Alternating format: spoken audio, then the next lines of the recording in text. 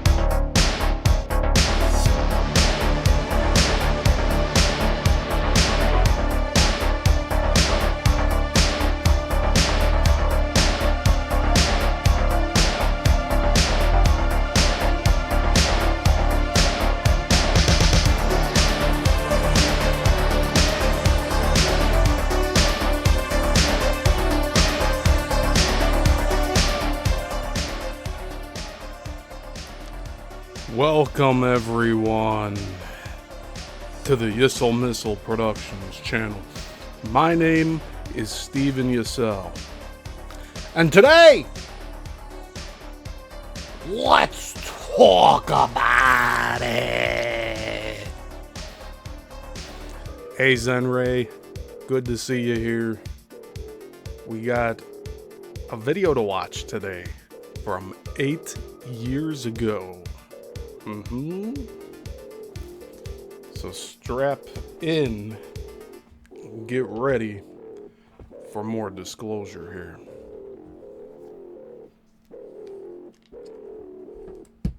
I'm gonna wait for a few more people to come in and we will get started.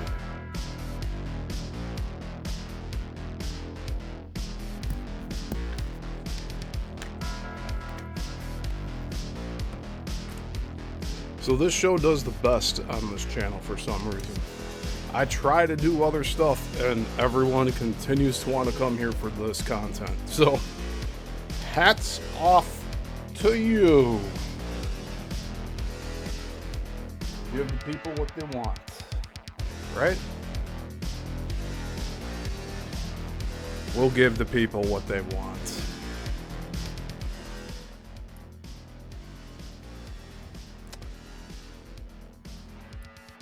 So let's see what we got here.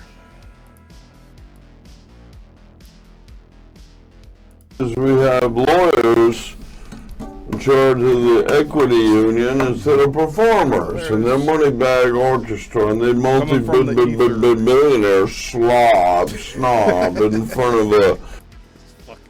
As we have lawyers in charge of the equity union instead of performers, and their money bag orchestra, and the multi-billionaire snob in front of the White House. Actually, he's a bagman, fall guy. Long hair.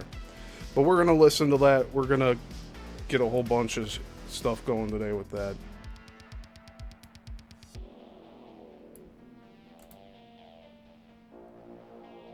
As we have lawyers. Give me a second here.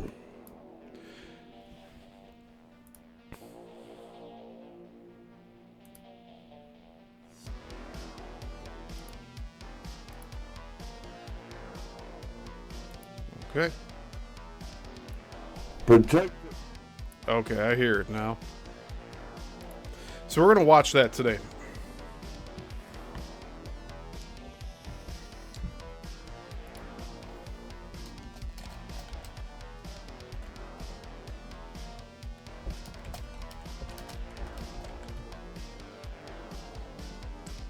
Alright, let's get it going here, because I don't have all day.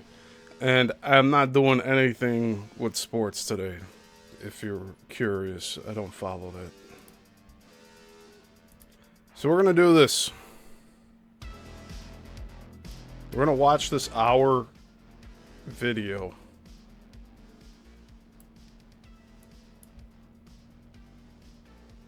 You ready?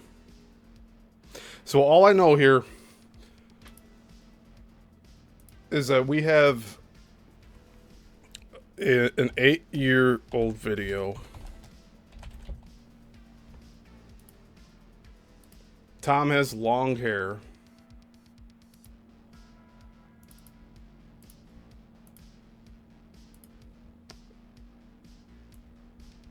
And I'll show you where I sourced it from.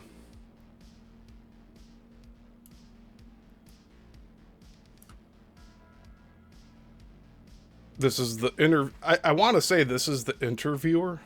28 subscribers, 412 views.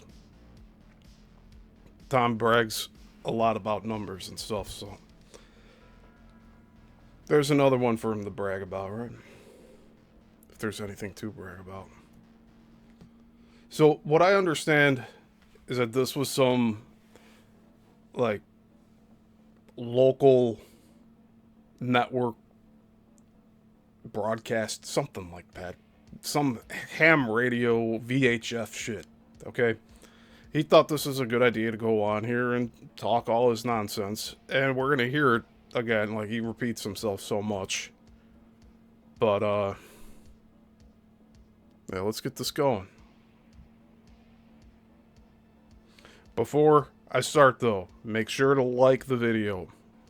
Make sure to like it. Make sure to share it to people you want to have see this. Do it. Just do it. Just get this out there. But you guys are already doing so. I don't really have to tell you. As I said, this is the content that gets the most traffic on my channel, no matter what other content I do. So, you guys want it, you guys get it. Alright, let's start this shit, because I don't have all day.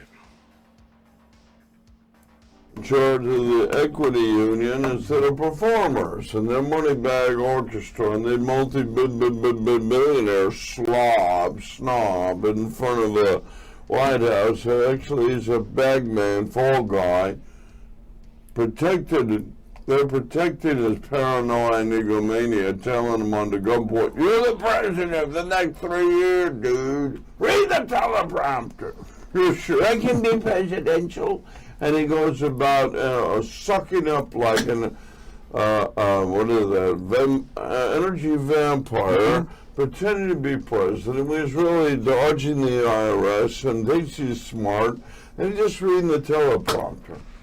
Now, JFK or Jimmy Carter put solar panels on the White House, and at 90 is still putting solar panels on homes for the homeless as a good Christian leader. And JFK was a Catholic. They They had Christ in the heart as a consultant. These other guys are satanic military drone cloning diplomats destroying the planet with fossil fuels and thinking the slickers are like drunk on the zeros on their portfolio. They need more money, honey. Oh, it's very difficult. Fossil fuels.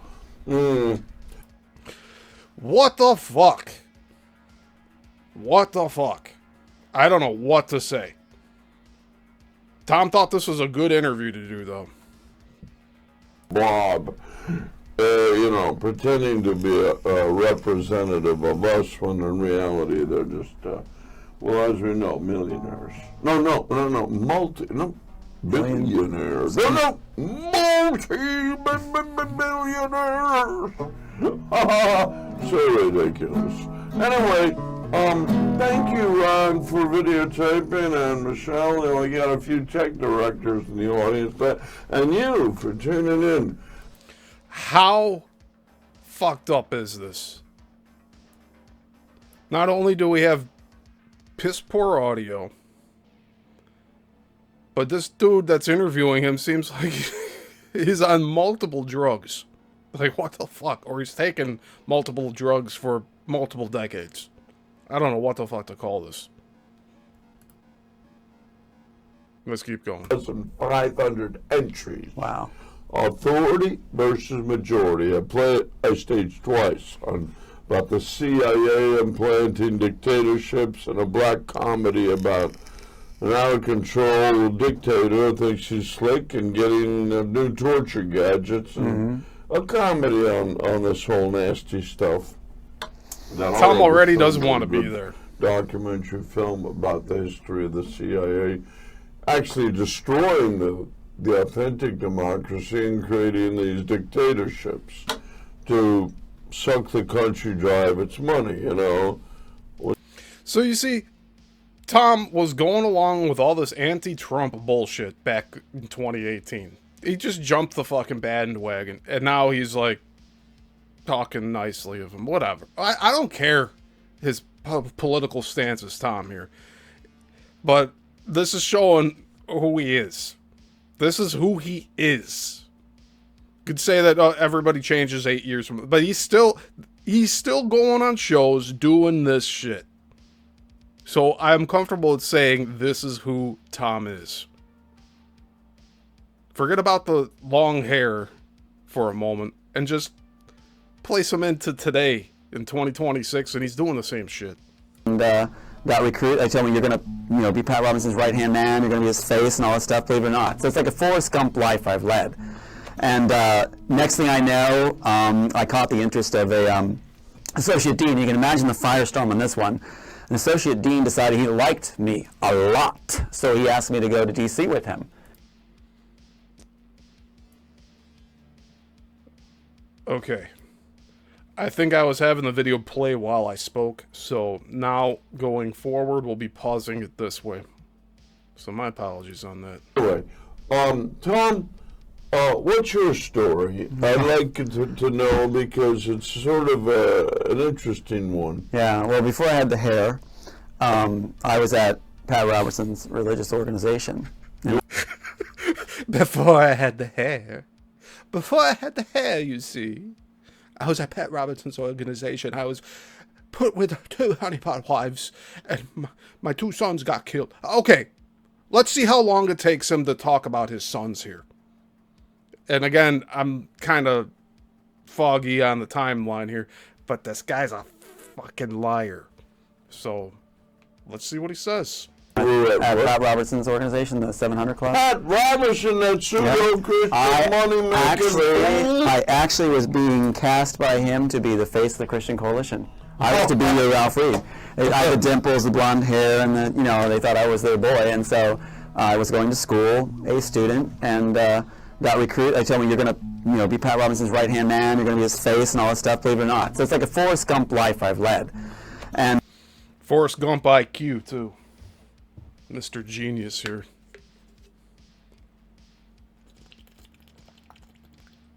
By the way, this audio was only on the right channel.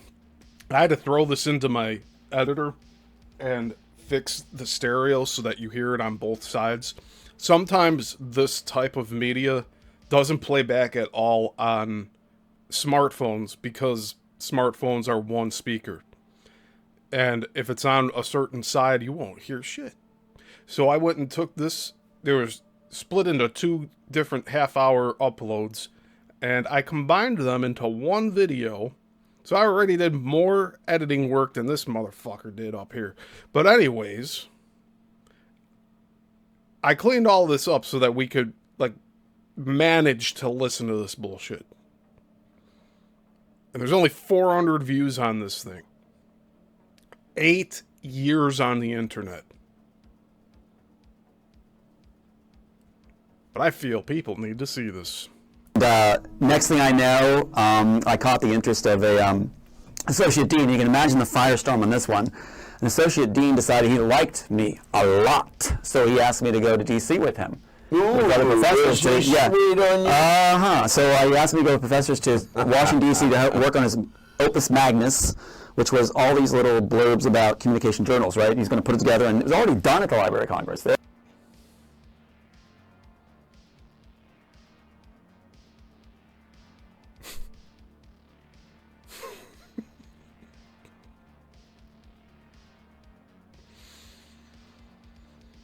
The narcissism is flowing. It's bleeding out of him. Already did it. So does Pat Robertson have as much pedophilia and little boy The same thing you hear about in Hollywood is the same thing that goes on at Robertson's organization. No, Hollywood is now they're bloodthirsty and kidnapping and some. Who the fuck filmed this and said the audio was okay? What the fuck, man? Panic stuff. Well, like in the Pentagon, they're bloodthirsty and trigger happy. Well, I was taken on this trip. I was told by the professors. It wasn't. There was only me. I said I was given keys to this RV home that this Dr. Silva had.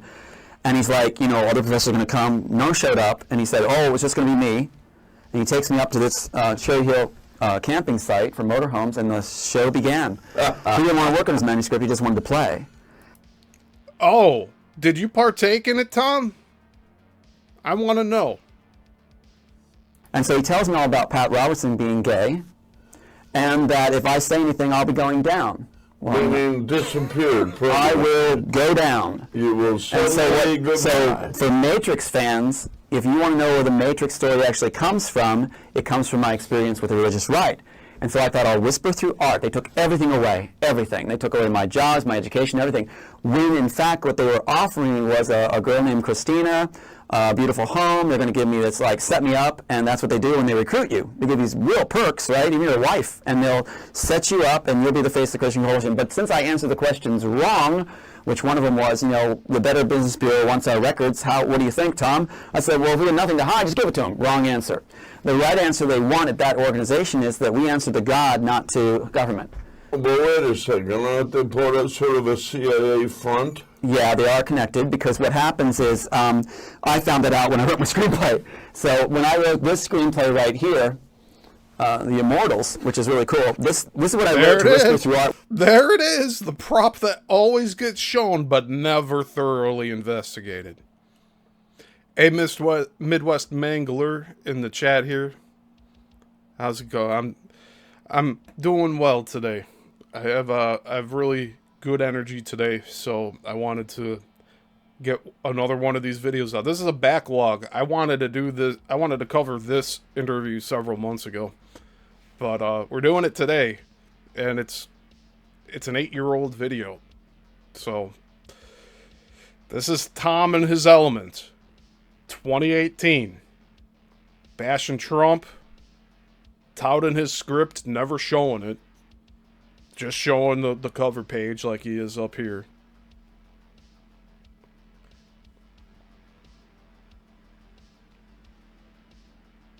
Oh, Tim. Awesome. Yeah, so this is from 2018. I don't know if he started growing his hair out after the court case, but it seems like that is about the time, right? Because he has long enough hair to be about like 4 years of growth. In 2014, 2015, that's around the time when his case finally got thrown out.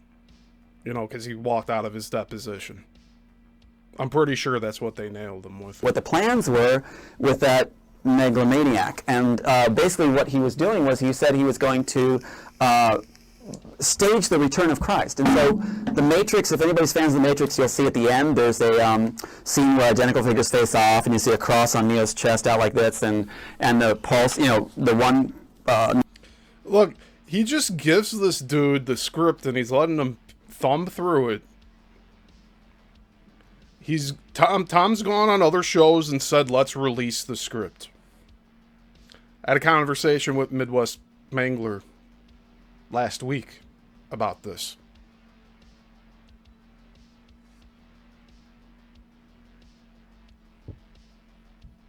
And I mentioned this to Zenray too. This guy shows the script all the time, but without showing it, right? Claims all of these matchups, but can't point to a page and read it through. Neo character gets hit and the palms bleed, he looks up, but that was in there. And then the one goes in the crater, the pulse wave comes out, turning the earth green, and the little girl is renewed from the train station, comes up, hugs the person, points to the sun. That's my ending. So I was warning about what Robertson was planning to do. So they gave it to the Wachowskis after I was brought to Long Island to pitch it to Bonaventura through Lenny Coco and the Chimes. And after I pitch it, it's given to the Wachowskis to save their career. So that's what it was. Wachowskis actually said in 1995 they failed as writers in Hollywood, and they had to literally pack their bags. They're 95? 1995. Well, it stayed in here in 1998. No, this is Right away, there's holes. You see this? The guy's like, well, you said 95. The script says 98. Already the grift has to begin. You see? third copyright. So this is the third one. This one, the reason I had this in hand with the specialist and the director of the Copyright Office, they stepped in and helped me. Because what's interesting is this is the third installment, or the third copywriting going on, and this is from 98, before 99. So when they saw this, they're shooting in 99. When they got this, I was told, this was held on set. That's why you have a 20-foot rule that you're not...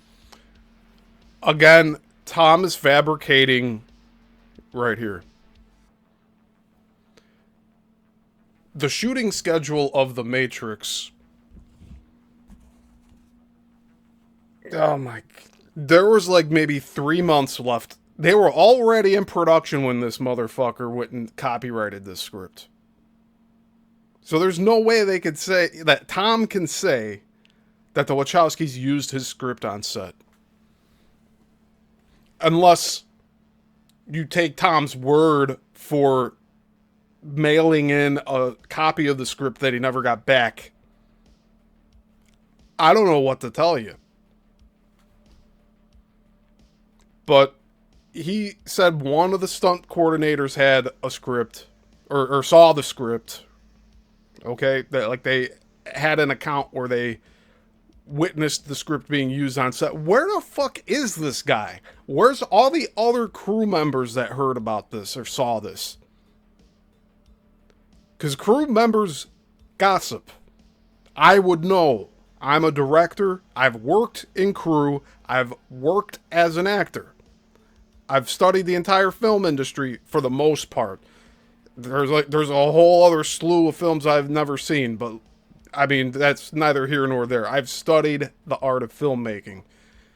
And I've been in the field doing this work. I've had crew members go around and talk about my scripts while we're filming, comparing them to other projects. Finally, it gets around back to me. So, where are all the crew members? You see how long it is? It's like, it looks like the Declaration of Independence. Just all these screenwriting credits at the end of every movie. You go look at The Matrix. Go look at Matrix Reloaded and Revolutions. Look at how many people are on that. And you're telling me not one person from there besides this guy that he's mentioned by name, by first name, saying it was a stunt coordinator. Where the fuck is this guy?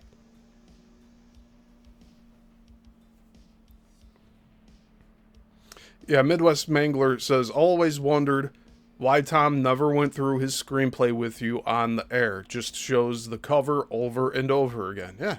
Yeah, that's his stick. That's why you call it a grift. Because he's found out what works and what doesn't. He's dropped what doesn't work. He's trying to pick up what does work. That's why you rarely hear him talk about Panda, that Kung Fu Panda movie, or Ratatouille, or Game of Thrones. He's trying to throw all of these in there into his wild concoction, saying that they're all using his work. If it was true, damning. If it isn't true, which is seeming to be the case, even more damning, but for him. Wachowski's within 20 feet, Matrix fans know about. Wait, 20 feet of the script, you're fired? If you're in 20 feet of the Wachowski's on set, you're fired. Like they want to say, no one's supposed to say, what about the actor? Well, they weren't allowed to make any suggestions either. Even the A-team actors like Keanu Reeves, all those guys will tell you. I wonder if Tom found this guy on the street. And the guy just so happened, like, yeah, I've been in broadcasting for 30 years. Let me take a hit of acid. Like, I don't know what the fuck's going on here. But this is what I found on the internet, and we are reviewing and critiquing it. That they weren't allowed to make suggestions. The first time that A-list actors weren't allowed to make suggestions. Because... Lawrence Fishburne? Yeah, not allowed. They said in that big interview with Barbara Walters they weren't allowed to. Now get this. What they did was, as it was explained to me by a member of the storyboard... He just shot him down. He just pretty much told him to shut up. A story department at Warner Brothers. They had a 600-page visual storyboard they made, which a lot of fans know about. They had that, which they did was they lifted all the images they thought were cool from this script, including the, if I just flip into anything, basically, field of pods is right there. The field of pods that you have, and if you go next page, one person writhing in pain as they're being revived. Well, they thought the image was cool, along with the squiddies, the jacks the neck, the little girl at the train station, all that stuff. They lift those images like chop shopping a Porsche and put together a storyboard reorganizing it. Well, don't run it. It doesn't run. Container. Yes, a whole field of them, right? Right. So what happens is they call my scene that they think is cool, they lift it and reorganize it and say, it's about battery power. That was a slap in my face, I'm told by the storyboard people, or story department personnel that contacted me. And what's interesting is that they lift the scenes, they disjoint it, they make it, they don't make sense anymore. That's why people don't get it. But they have... I'll say this much. The Wachowskis hired a graphic artist to put together all of these storyboards. If you watch the documentary on The Matrix, it's on the DVDs, the Ultimate box sets and all that. It's on in the behind-the-scenes videos.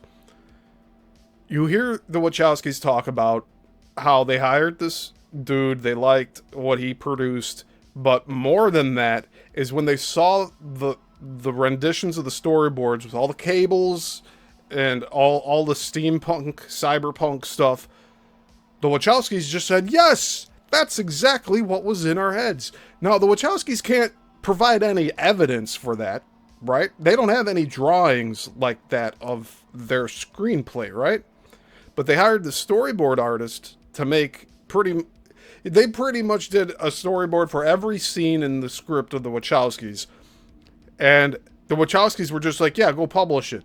We'll make it a graphic novel as a pitching device. That's what I think happened here.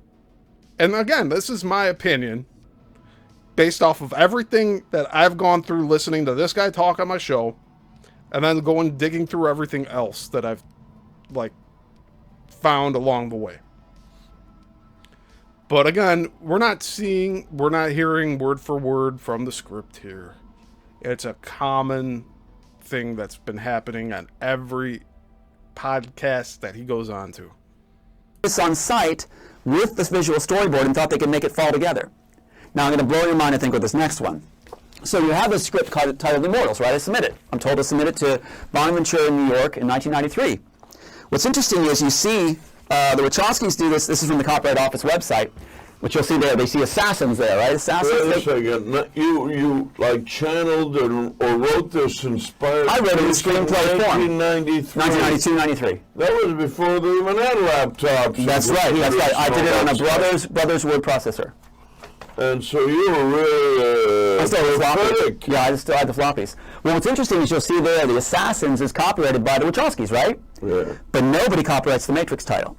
See, what they did was they went ahead and copyrighted the Immortals title.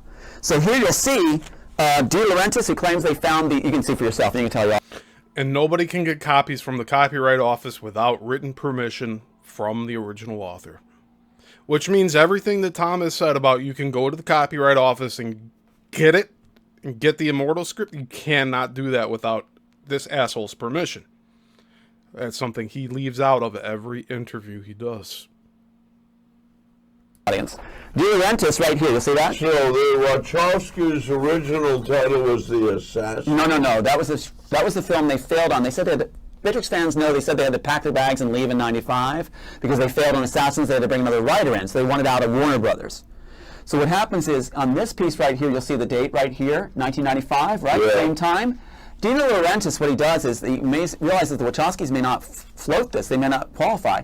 So Dino Laurentiis, who claims he's handling the Wachowskis, copyrights the Immortals title, but no body of work, right? You can't do that. So he copyrights the Copyright Office, my title, The Immortals, that you see right there, Right. and then subsequent titles, and puts it under Laurentiis Communications, Laurentiis Films, right? So that's what he does. Right, so the plan... Bank. Right, so the plan, we're told, is he's going to substitute it for mine. Now look at the next entry. The next entry of the Copyright Office is my entry again, my second installment, 1996. You'll see The Immortals, right? Yeah. Screenplay. There it is, February 1996, or January 2nd, 1996, okay? Now look what they do next. Since I went and did the copyright of The Immortals title again, they move right away. April 96, what do you see?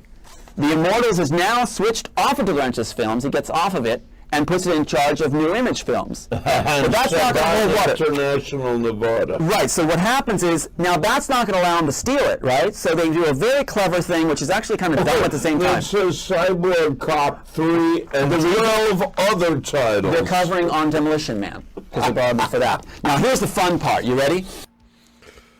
There's a mention of Demolition Man. He could go talk about how he went to court with Warner Brothers in 2001, 2002. Doesn't talk about it. The fact that he went to Warner Brothers to sue them for Demolition Man instead of The Matrix. He doesn't talk about that. The fact that he saw The Matrix in the theaters and did not see matchups when he went and watched it. And he was walking out of the theater a lot too. Never mentions it. Mentions it in his deposition, but not here. Midwest Mangler asks, who is this host? He looks like he's homeless. I have no clue who the fuck this guy is. His name is Frank Craven. And I'll show you this. This is the website. Or the YouTube channel. Okay.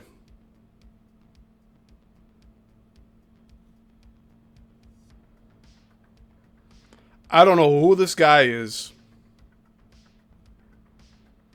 But it does sound... Like, think about this, though. Tom took me to Texas Roadhouse. And he's trying to convince the hostess there, when we walked in, that he wrote The Matrix. He's showing the phone with the clock on the display from Animatrix. You see this? You see... Like... Dude, chill the fuck out. So I wouldn't be surprised if Tom found this guy while he was walking the street. He was playing guitar for money or some shit. And they started talking and Tom's like, I'm the original writer of The Matrix. And then this dude's like taking a hit off his blunt and he was like, dude, I think you should come on my show. A show that like this guy probably hasn't ran regularly for the past several years. Like, I'm sure at one point this dude up here to the right had a pretty successful local television broadcast show. And now this is where it's at. It is here. And I see you missing time. I see missing times in the chat here. Yeah, Midwest Mangler says 28 whole subscribers. Yeah, and Tom was given shit about, like, he was trying to demean me after I started calling him out for this shit. Well, let's keep going. Now, they do that in April 96, right? And they go, okay, we got it covered. But that's not going to work. Somebody steps in, apparently, I'm told, and says, look, if we're going to steal this, we got to make the people we're giving it to feel comfortable, safe, right? So here's that deal. Here's the real one. 1996, July. This is what, April, May, June, July. Okay, 3 months later, what they do is they correct their problem. They copyright the Immortals title again, my title, right? And they do, how many titles do you see here? 346. Okay, why do you have 346 titles and no body of work? What you got here is Army of Darkness. That's right. So Matrix fans, here you go. Here you go. You got 346 titles. Oh, now with Credit Lyonnais. There you go. Bank of You know what these are? It's become international money monster. What Frank's looking at right here is the 2 leading investment firms in Hollywood. Now get what they're doing. Missing Time asked in the chat if this is recent. No.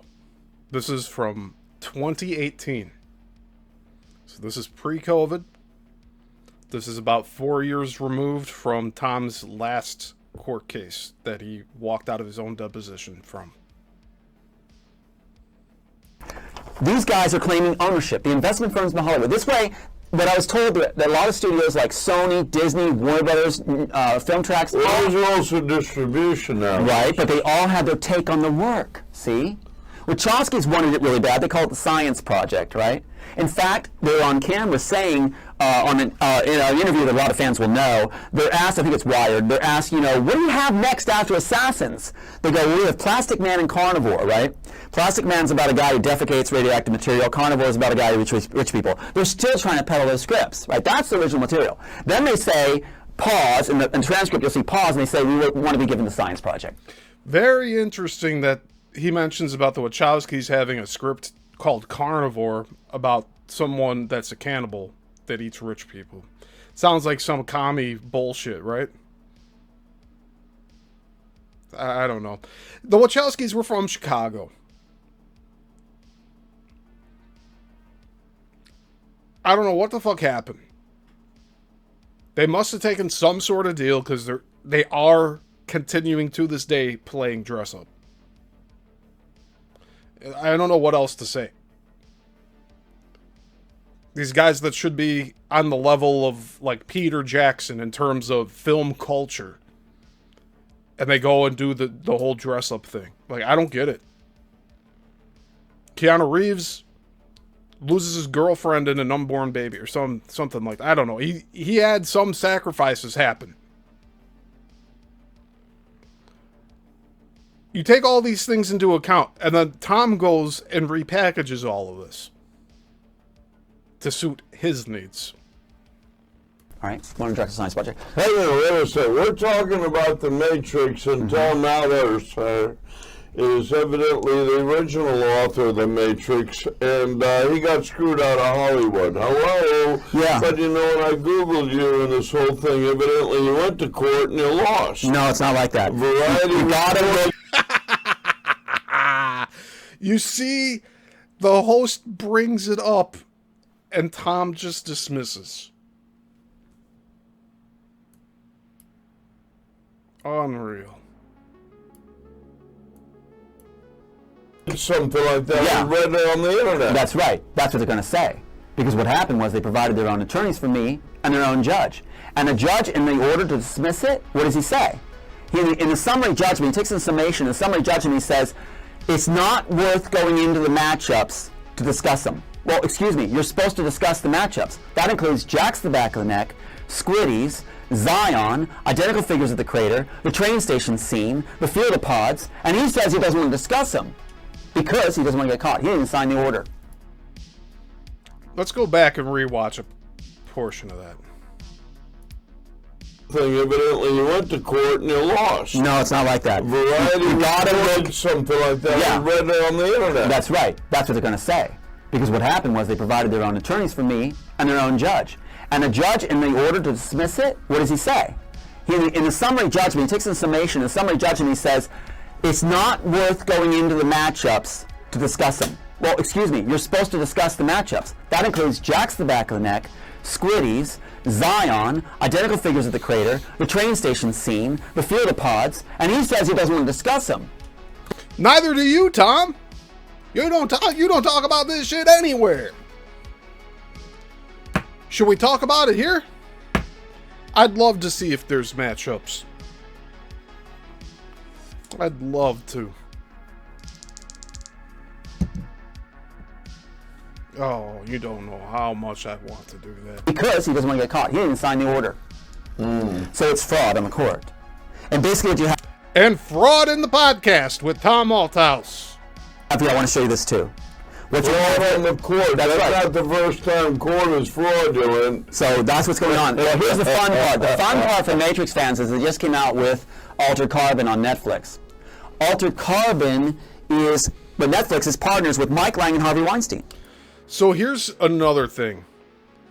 Tom, to this day, is sitting on his ass watching Netflix, looking at new productions and saying, oh, they stole my script in this too. Keep that in mind. I spent over 2 weeks at his place. And most of the time, he was upstairs watching Netflix.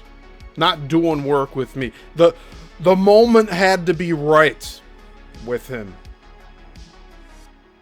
So whenever Tom feels like he wants to work, then he'll work. And even then, he's working on producing bullshit. Because he talks like this when you transcribe his thoughts. And I have a lot of that recorded. Like, we'll listen to this on the show at some point. But it just takes so long to go through all this. But nobody else is doing it. Do you see that? Nobody else but me. Prove me wrong. I want to see other hosts that have had him, that dropped him, or he's dropped them. I want to hear them talk about this stuff, but they're not.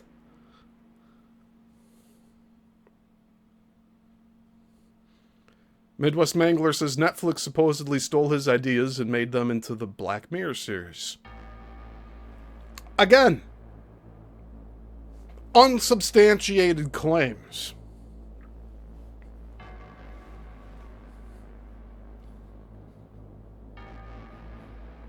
There's an episode of Black Mirror where everybody's wearing a mask that has an upside down Y on it.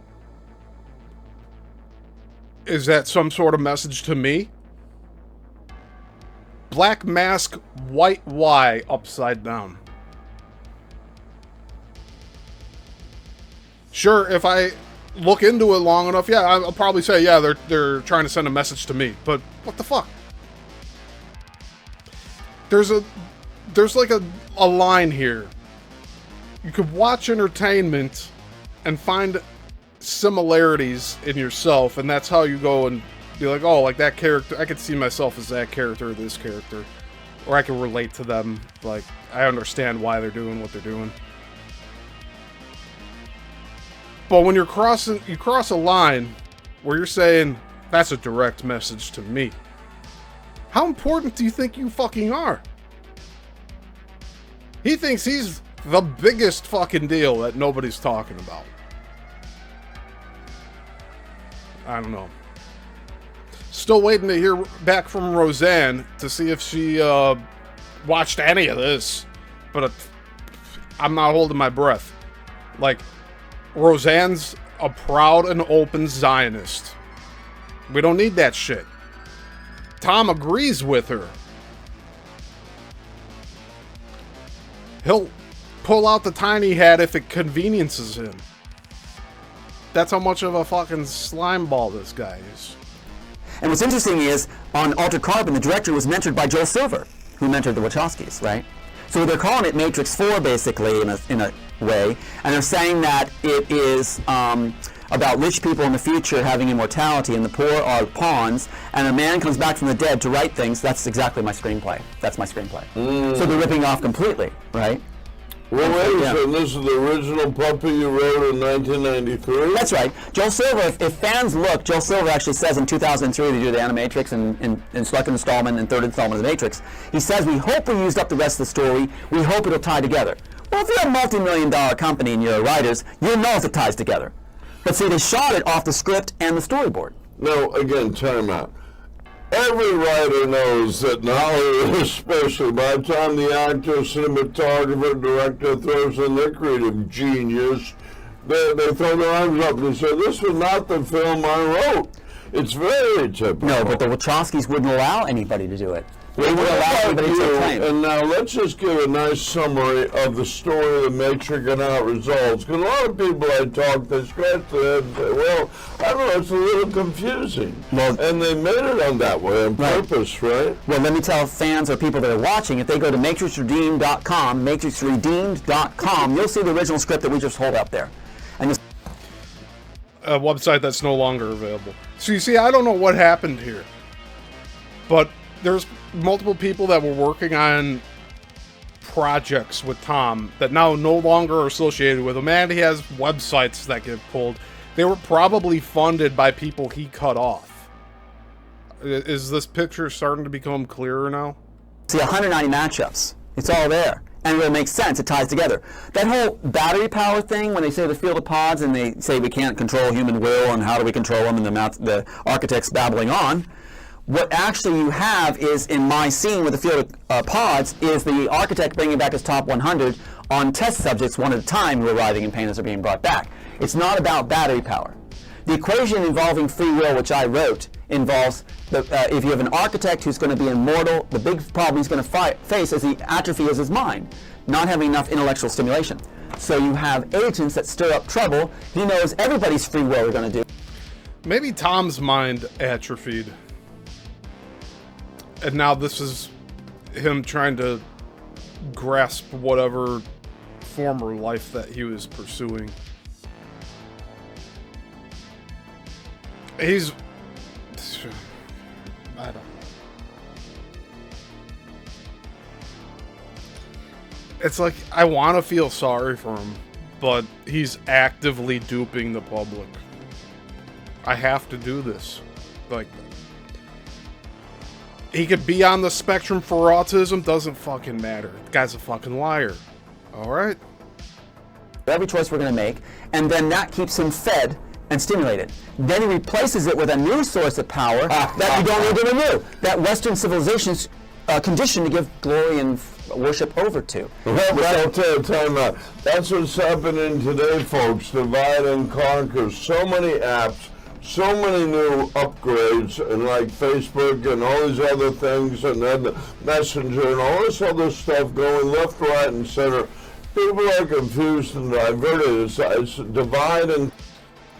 Okay, I'm gonna change this up, and we're gonna watch this at 1.5 so that we can speed it up. We have lawyers. Oh no. I gotta keep the pitch. Oh, it's not gonna do it. Alright, I don't want to listen to the high-pitched voices. I'm trying a different way of presenting video. So, like, we're gonna continue watching it at 100% speed. I've done it faster in the past because of VLC Media Player, and it doesn't do the high-pitched noise, but we got...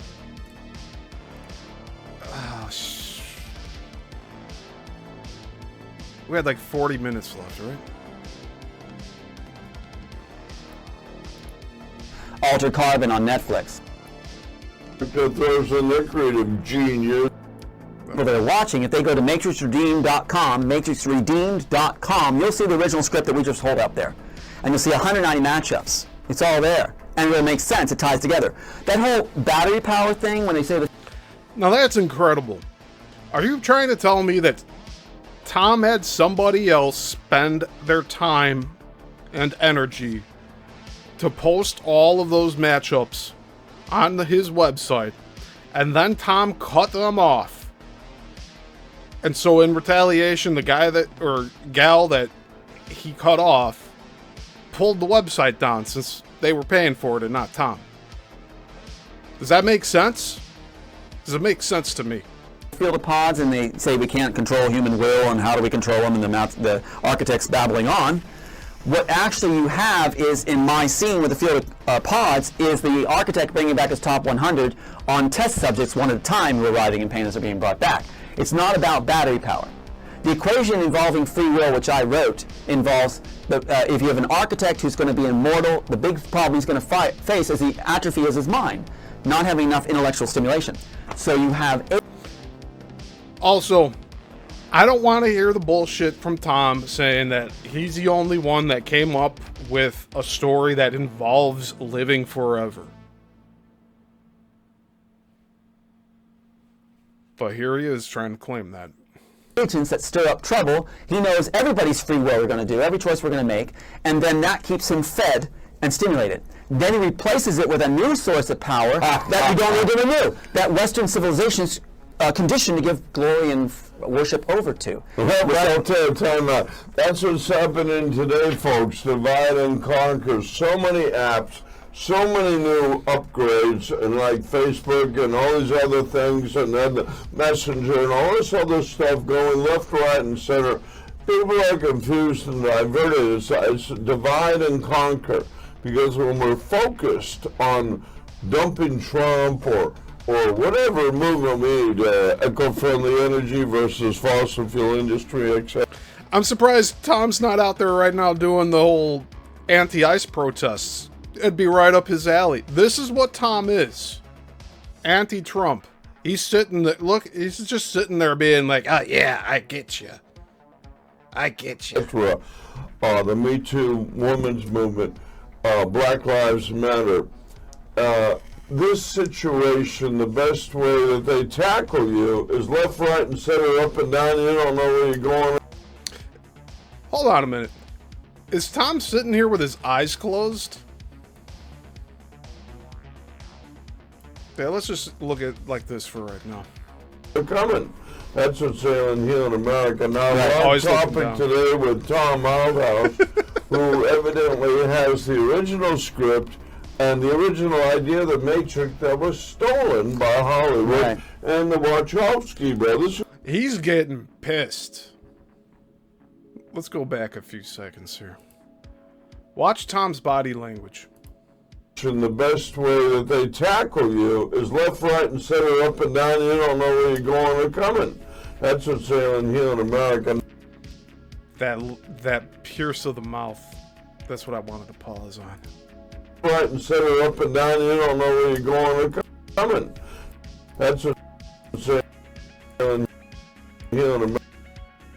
Right there.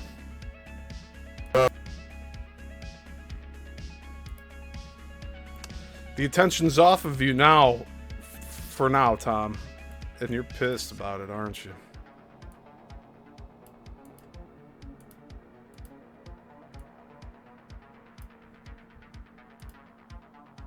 My, oh my. Alright, let's continue. We're on topic today with Tom Althouse, who evidently has the original script and the original idea of the Matrix that was stolen by Hollywood and the Wachowski brothers, who are very creative and done a lot of wonderful. Oh, their brother and sister, because one of them is transgender. Midwest Mangler says, I'm sure Tom will publicly come out and say Claudebot and Maltbook was his ideas too. I wouldn't put it past him. He'll try to claim anything that's related to technology, right? For those of you watching that don't know what Maltbook is, it's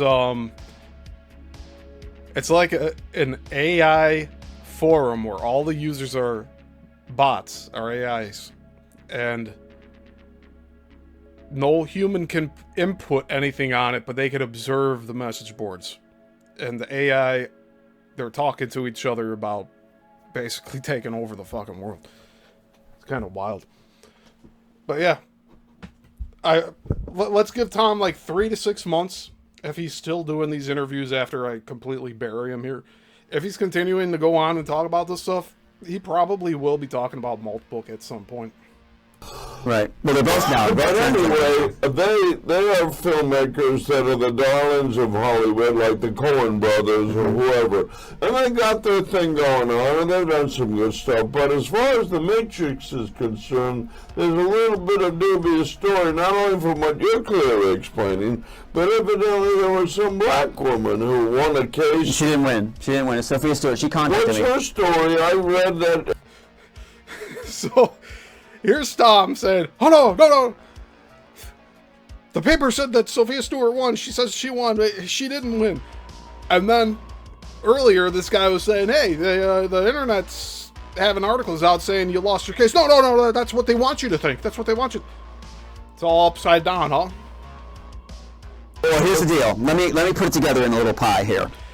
Keep in mind, both of these fuckers, both Tom Althouse and Sophia Stewart, are lying sons of bitches. Okay? They're not being truthful with their audiences. And at some point, I guess Sophia Stewart started talking with Tom, but we don't know. There's no record. Like he said, he recorded phone conversations with her. He has fucking nothing. He hasn't shown anything. So who knows? Maybe a few email exchanges and that's about it. That's as much as I'd give to like believe in whatever the fuck this guy's saying. And we're not giving him that much credit to begin with here at this point. Because what happens is, first of all, the question about did I lose, that kind of thing, what they ruled was they provided me my own attorney, Anthony Rankin on Maui. I'd say Warner Brothers provided me my own attorney without me knowing it. So this guy approaches me and says, I'm going to represent you. But so here's the other thing. He let the courts provide him with an attorney because he had no money to fight the case that he wanted to go to court for.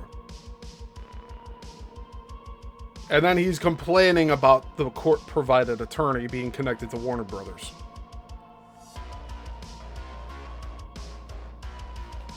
And apparently this went to the 9th District Court of California, which, so it's like the worst court ever. So I don't know. But prosecutors are probably like, easy slam dunk with this psycho. Like, I don't know what to say.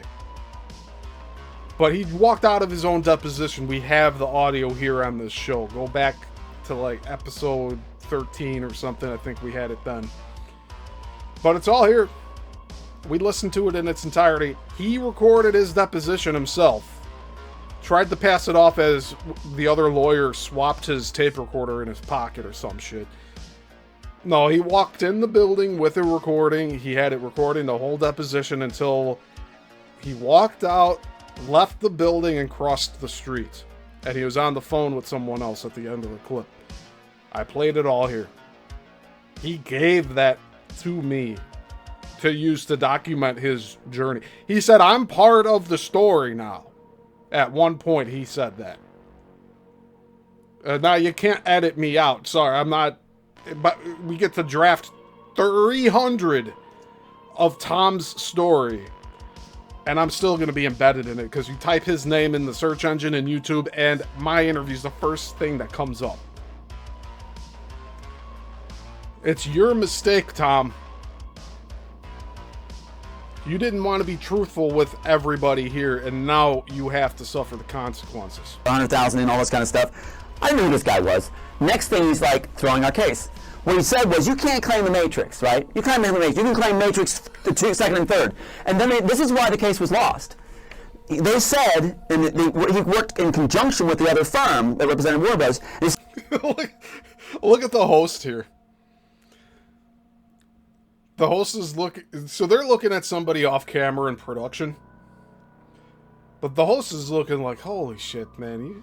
You really seeing this guy? And then Tom thinks he has them in the palm of his hand. He's still going and going and going. He's like, yes, you see about this? But you can't claim Matrix. Therefore, any matchups in the Matrix, you can't claim. And if they're in 2 and 3, you can't claim them. So Jackson and Neck are out, Squiddies are out, Liberal's out, all that's out. So how am I supposed to win? So the thing is, Matrix hasn't been claimed yet. And now with Altered Carbon, I can claim Altered Carbon, and since they're the ones that screwed me on fraud in the court, I can probably claim Matrix. And then we'll see about these matchups. Again, all theoretical. None of this shit's gonna happen. He's not going to court ever again. If he does, it's because somebody stupidly bankrolled him into going to court. That's the only way he's gonna see court again in his favor. The other way around is Warner Brothers coming back and countersuing him again and making sure that he never fucking goes on a show again to talk about any of this shit. Because it's being revealed that it is not true. So that's how they did it. They actually said, you can't claim Matrix, therefore you can't claim the matchups in 2 and 3 that are similar to Matrix. Crazy, huh? Yeah. Crazy.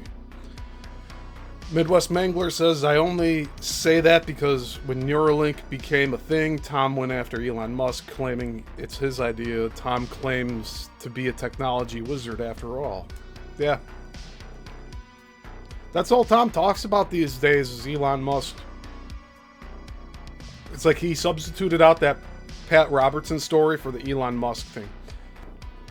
Because he's said in the past that that these people wanted to put him on the face of like Time magazine and shit for Pat Robertson, and now they picked another guy, Elon Musk. Like, that's the way he's trying to like smooth all of this over so that his story seems legitimate. It's crazy. But I want to tell you something. Look at this here. I want to show you this. Look at this right here. I need to... Crazy enough for somebody to send him to the mental house, to the mental institution, which he shared the photos on this show, where other media platforms banned my video showing that photo. But Tom willingly showed it. He showed it from his computer on one of my interviews. Got this one up here. Okay, so in 1996, right, July, De Laurentiis has this 346 titles, right, and just the title of Immortals copyrighted, my title, but no body of work. They're going to replace it, I'm told, right? So what they do is, this is how they do it. Since these different Hollywood companies had takes on the work and different writers, they let the investment firms that claim ownership give it to them and say, don't worry about stealing it because basically you're protected. We claimed ownership, so go do what you want with it and pick one of these titles. That's how they did it. So the people feel free to steal because the ownership's being claimed by the guys that are making money by funding them. The fact that the producers on this never fixed the microphone issue is so fucking... I fixed... This was a one channel on the right channel, so you can only hear it out of this speaker on the YouTube upload. I fixed it. I processed this video. I combined both parts. We're watching the whole thing. We're still on part 1. There's like 38 minutes left total for all of this. That's how they handle it. It's so stupid and corrupt, but they're dumb to do it that way. His lawyer's going to find their loophole. No, but they're going to get blasted now. We have our own attorney coming. So what you got now is I want to show you something really, really cool. And what we got is I was notified by the story department, right? They told me, guys, look at this graphic right here. You can see it, right? That graphic right there is a screenshot from the original Matrix. Now, if I'll just hold this up to the camera. Right here, this Oh my god, it's doing the wrong camera. Okay, this... Wait, hold it to that other one. Like, how's that? There you go, right? Okay, oh, this one right here, okay. Yeah, that... Okay, so what you see right here... Holy shit.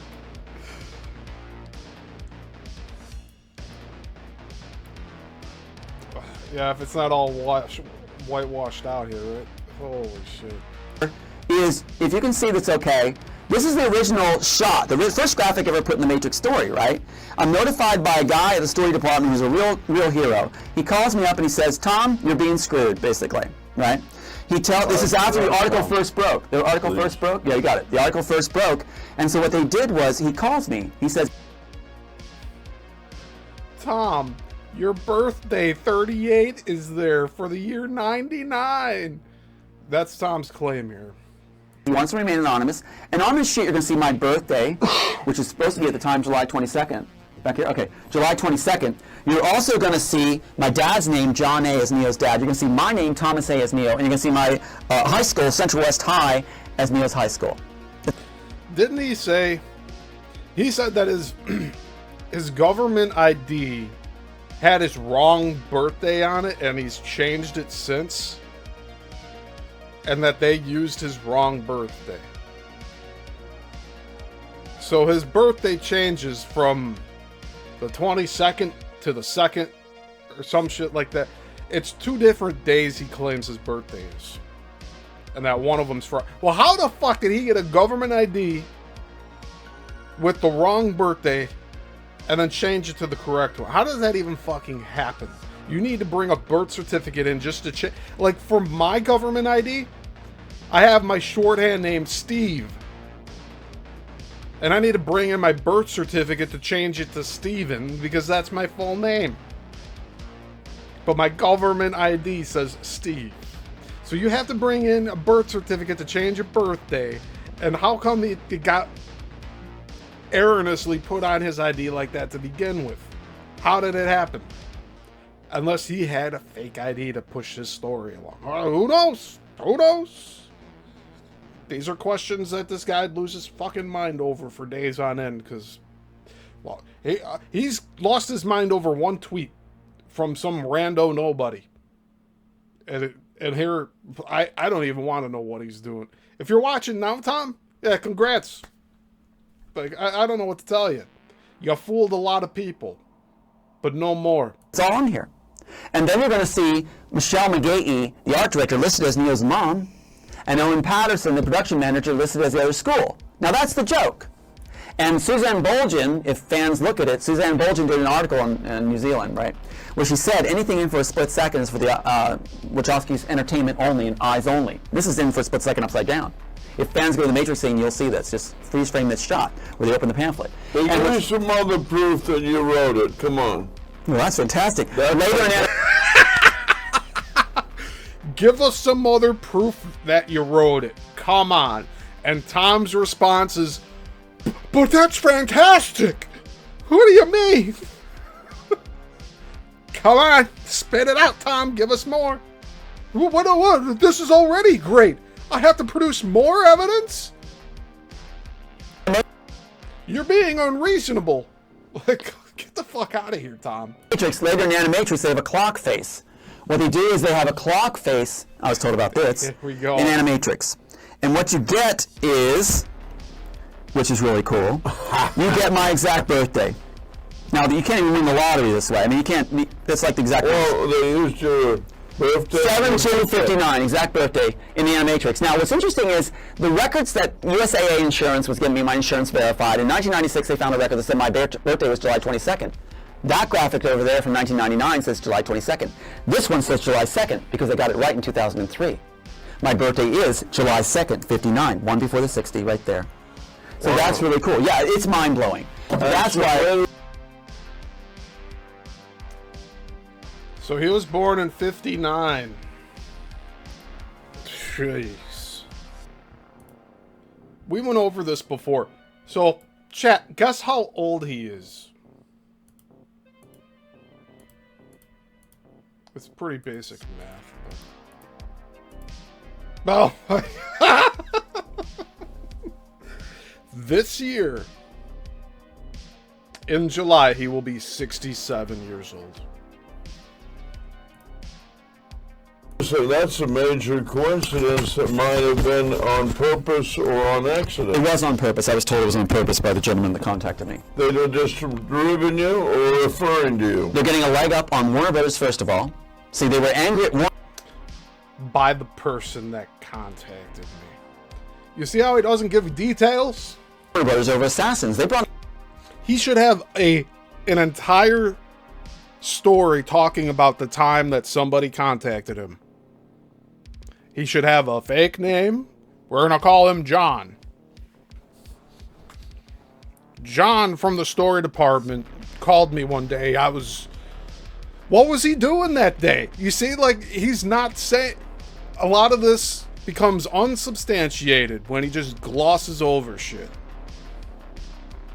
And then he loops back around into a repeat of the shit he's already said. And that's why other people have said he's like a broken record. Another writer in to finish it. They hated that. They wanted out of Warner Brothers, and they went all the way to Writers Guild West saying, we want off this project. That's well documented online. Anybody can see that. And so what happens is they claim at that time, Joe Silver claims at that time when they won out and Writers Guild said, you got to stay, they claim at that time they then showed Matrix to Joe Silver. What's interesting is that's in 1995, but in 1994, Teresa Wayne from the story department says that's when Joel Silver presents Matrix without the Wachowskis. So yeah. And it was called The Immortals. This is The Immortals. And you sent that into Warner Brothers To in Bonaventure. 1993? 1990. I have the submission letter. This is your good proof right here. James Boyd of Norfolk. Look him up. James Boyd of Norfolk. An attorney, right? Boyd and Boyd of Norfolk. He's the one that sends the original material in. He loves saying that word, doesn't he?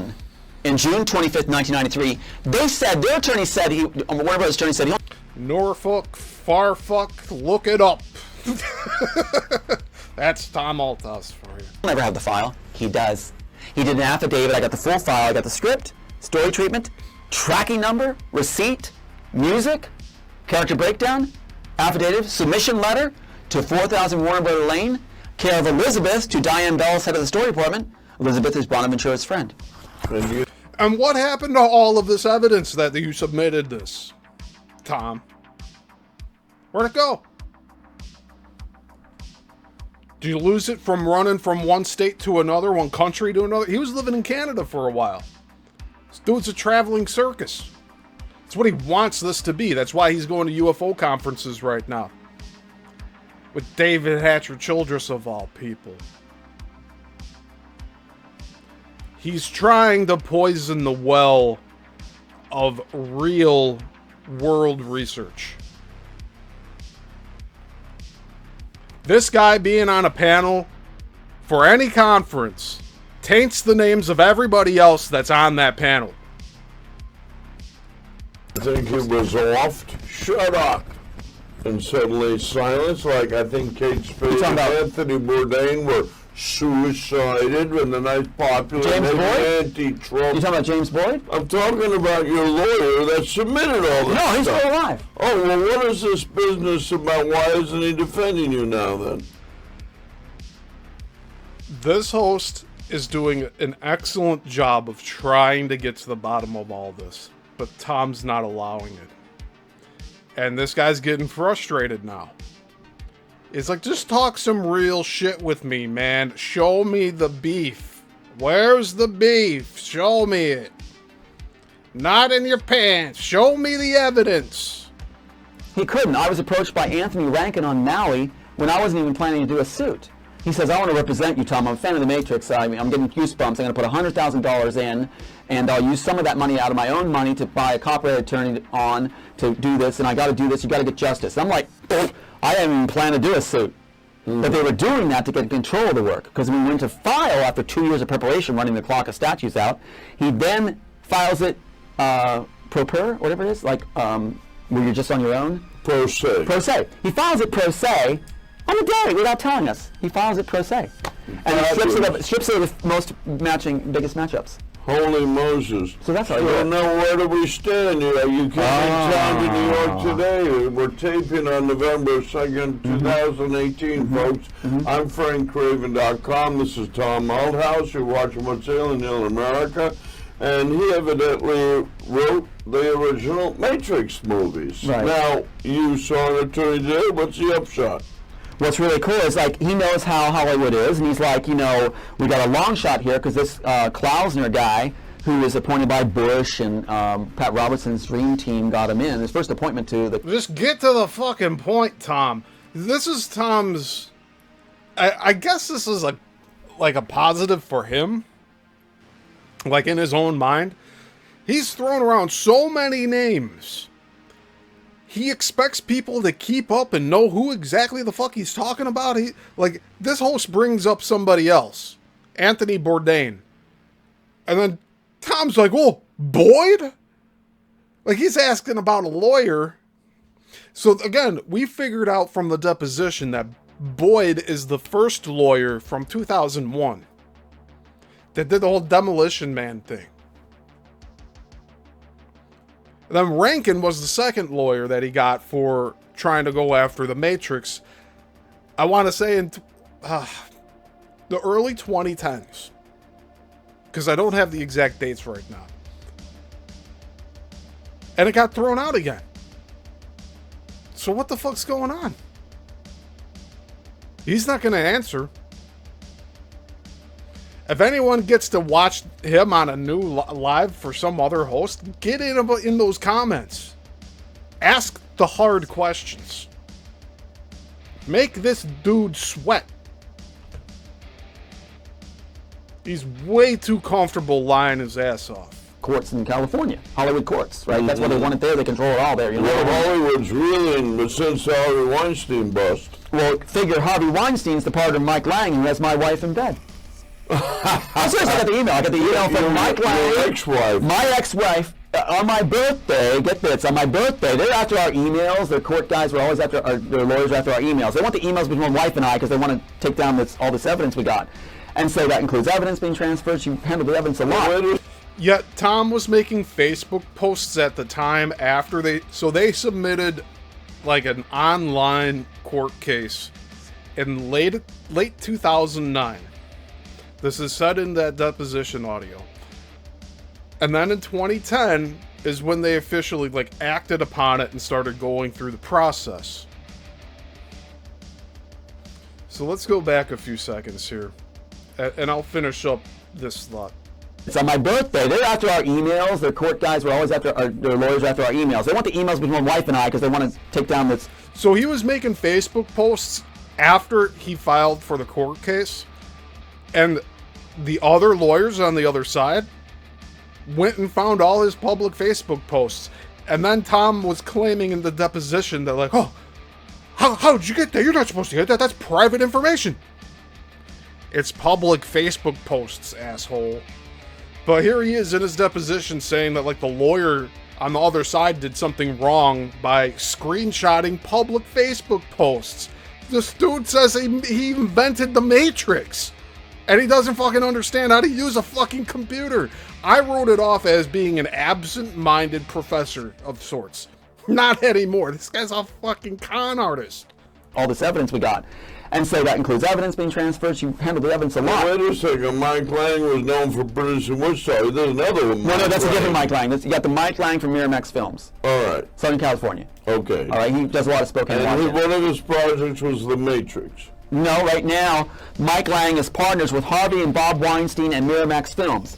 Mike Lang started at Disney with Harvey Weinstein as, his title goes like this, the executive in charge of strategy for acquiring intellectual property. There you go. Oh my goodness. Yeah, this is a real can of worms. So wait a second, he's in bed with your wife? Yeah, I got an email. I love it. All my devices have this struck. And we got They an like email. to screw you left, right, and center. I'll send you an email. There's a whole bunch of emails from him, but this is really cool. He's talking about driving around his town car and all this stuff with her and stuff. On my birthday, my little boy, who's now just turned 12, lost his mom to this guy, Mike Lang. And he's the partner with these guys who was the original architect for stealing the material, right? Oh. Wait a minute. Who lost who?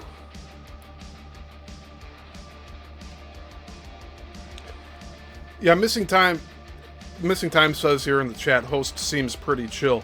Yeah, he was actually trying to get Tom to get to the bottom of all this. He was talking freely and being whatever at the beginning. A lot of people probably tune out from that. I don't blame you. But when we got, we're 26 minutes into this hour-long interview. And here, he's finally asking Tom, cut the bullshit. Let's talk about this. Just cut the bullshit. Get to the bottom of it. Get your message out there. Oh, but Mike Lang and Anthony Rankin and the Weinsteins and Wachowskis and blah, blah, blah, blah, blah, blah, blah, and Kate Shilton and blah, blah, blah, blah, blah, blah, blah, and my first wife and blah, blah, blah, and Boyle, my first lawyer, blah, blah, blah. We have no reference points to put these names into the story anywhere. And Tom cannot construct his own story about how all this happened from start to finish. That should tell you how much he's fabricating this. And all this stuff with her and stuff. On my birthday, my little boy, who's now just turned 12, lost his mom to this guy, Mike Lang. And he's the partner with these guys who was the original architect for stealing the material. What the fuck? Isn't that crazy? So, driving around his town car and all this stuff with her and stuff. On my birthday, my little boy, who's now just turned 12, lost his mom to this guy, Mike Lang. And he's the partner with these guys who was the original architect for stealing the material. Okay, so then he's talking about Becky, his second wife. Or Becca. The one that had Aiden, who lives with Tom for some reason. I don't know how Tom got custody of that kid. And what, Aiden's gonna be 20 this year? Right? Isn't that crazy? So he stepped in and did the deed himself. He can have her. But the thing is that, it's interesting because Mike Lang's email, this is how juicy it is. He has a picture of his multi-million-dollar property, Spokane, Washington. He has his bed with a shaving kit on it. And then the blurb says, Becca, my ex-wife's name, move in with me for 60 days. Z at Zion is his address. Move in with me for 60 days, question mark? And the wife responds with a blushing, smiling icon saying, very nice, and my son and I are history. Wow, 50 days, one at 50 years. 60 days is enough time to get all the information, steal the work, because right after that comes Altered Carbon. He's partners with Netflix, where Altered Carbon comes out on. Oh. So his second wife, Becca, was talking with this Mike Lang guy, the intellectual property guy. And while all this court case bullshit was going on, she ended up having an affair. Like, hey man, I don't know what to say about that. And then he found out on the birthday about with the photograph and everything.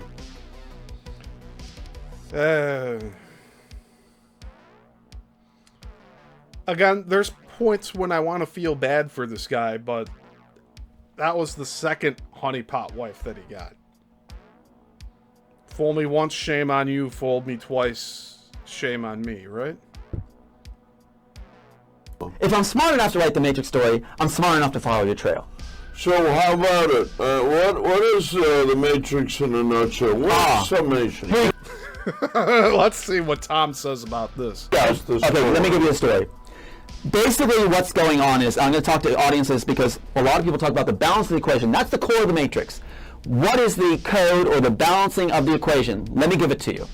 The balance of the equation, they're talking about, well, people have free will. In fact, it's voted one of the worst 11 sequels of all time, if you do your homework there and look, because the architect and, well, actually the Oracle, Neo, the Smith just babble. They just babble about what does it mean. Because, keep in mind, they got the 600-page visual storyboard and the real script, and they think they can just make it work while they're paying out union wages. Okay, so what happens is, to balance the equation, they ruined it by turning that field of pods into battery power. And let me tell you, for fans out there, if you hook up cows, you get more power, and you don't worry about free will. That's how you solve that problem if they're going to go that way. If the field of pods is about bringing back the top 100 of the architect who's really in history, right? The top 100. And so on test subjects that are secondary, so you don't care what happens to them. They can writhe and pain and bleed and all that stuff, and as they do. And the balance of the equation... As they do? So this guy first says that, like, cows are a more humane way to get battery power, but then he's talking about his script where it's like, oh, yeah, we're just regenerating the top 100 individuals by creating clones, and they can writhe and pain all they want. It doesn't matter. His script is better than at least with the Wachowskis, the people in the pods aren't writhing in pain. They're actually, like, well taken care of. All their free will's gone. They can't do anything. But they're not being tortured in there. Right? Again, like I said, is the architect has a problem, not about free will. That's how you solve that problem if they're going to go that way. In the same breath, he turns around and says, like, it's okay for the clones to be, like, abused and writhing in pain. If the field of pods is about bringing back the top 100 of the architect who's really in history, right? The top 100. And so on test subjects that are secondary, so you don't care what happens to them. They can writhe and pain and bleed and all that stuff, and as they do. And apparently his version of the architect is supposed to be that Australian painter about 80 years ago. It's supposed to be that guy. Yeah.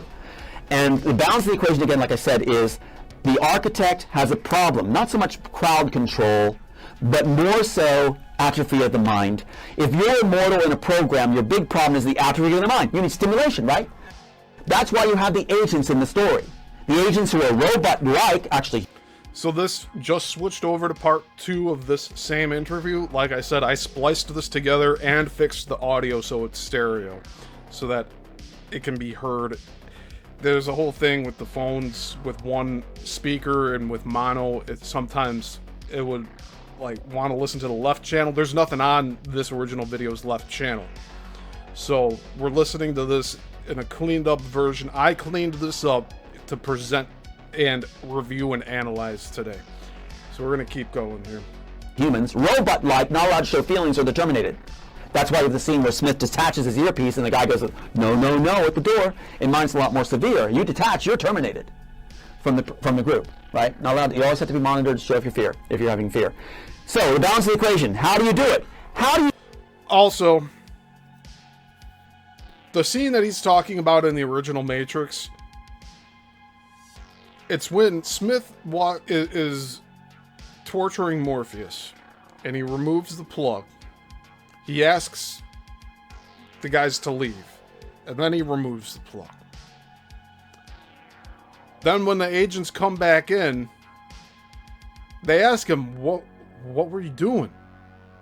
Because they were trying to contact him on his earpiece to say that there was an attack happening in the lobby. Not removing the earpiece and the agents see that action and tell him no, no, no. That's what Tom's saying is what happened in that movie.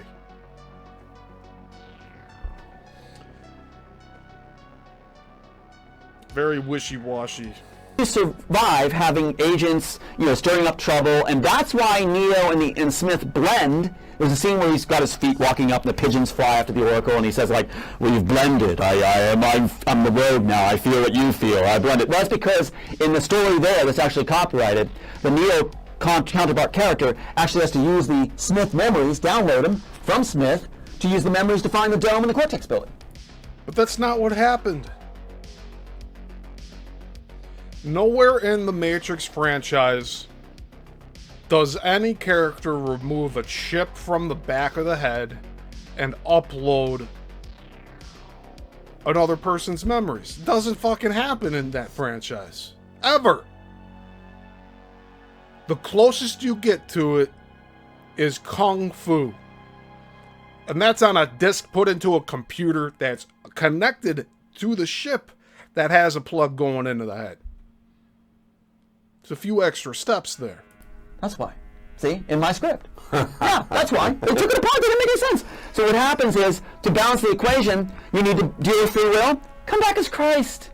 If you come back as Christ, the architect in mind simulates himself to look like Christ, comes back onto a hill, has the oracle to bring back the pure people of Zion, who are untainted, to come out and see him come back as Christ.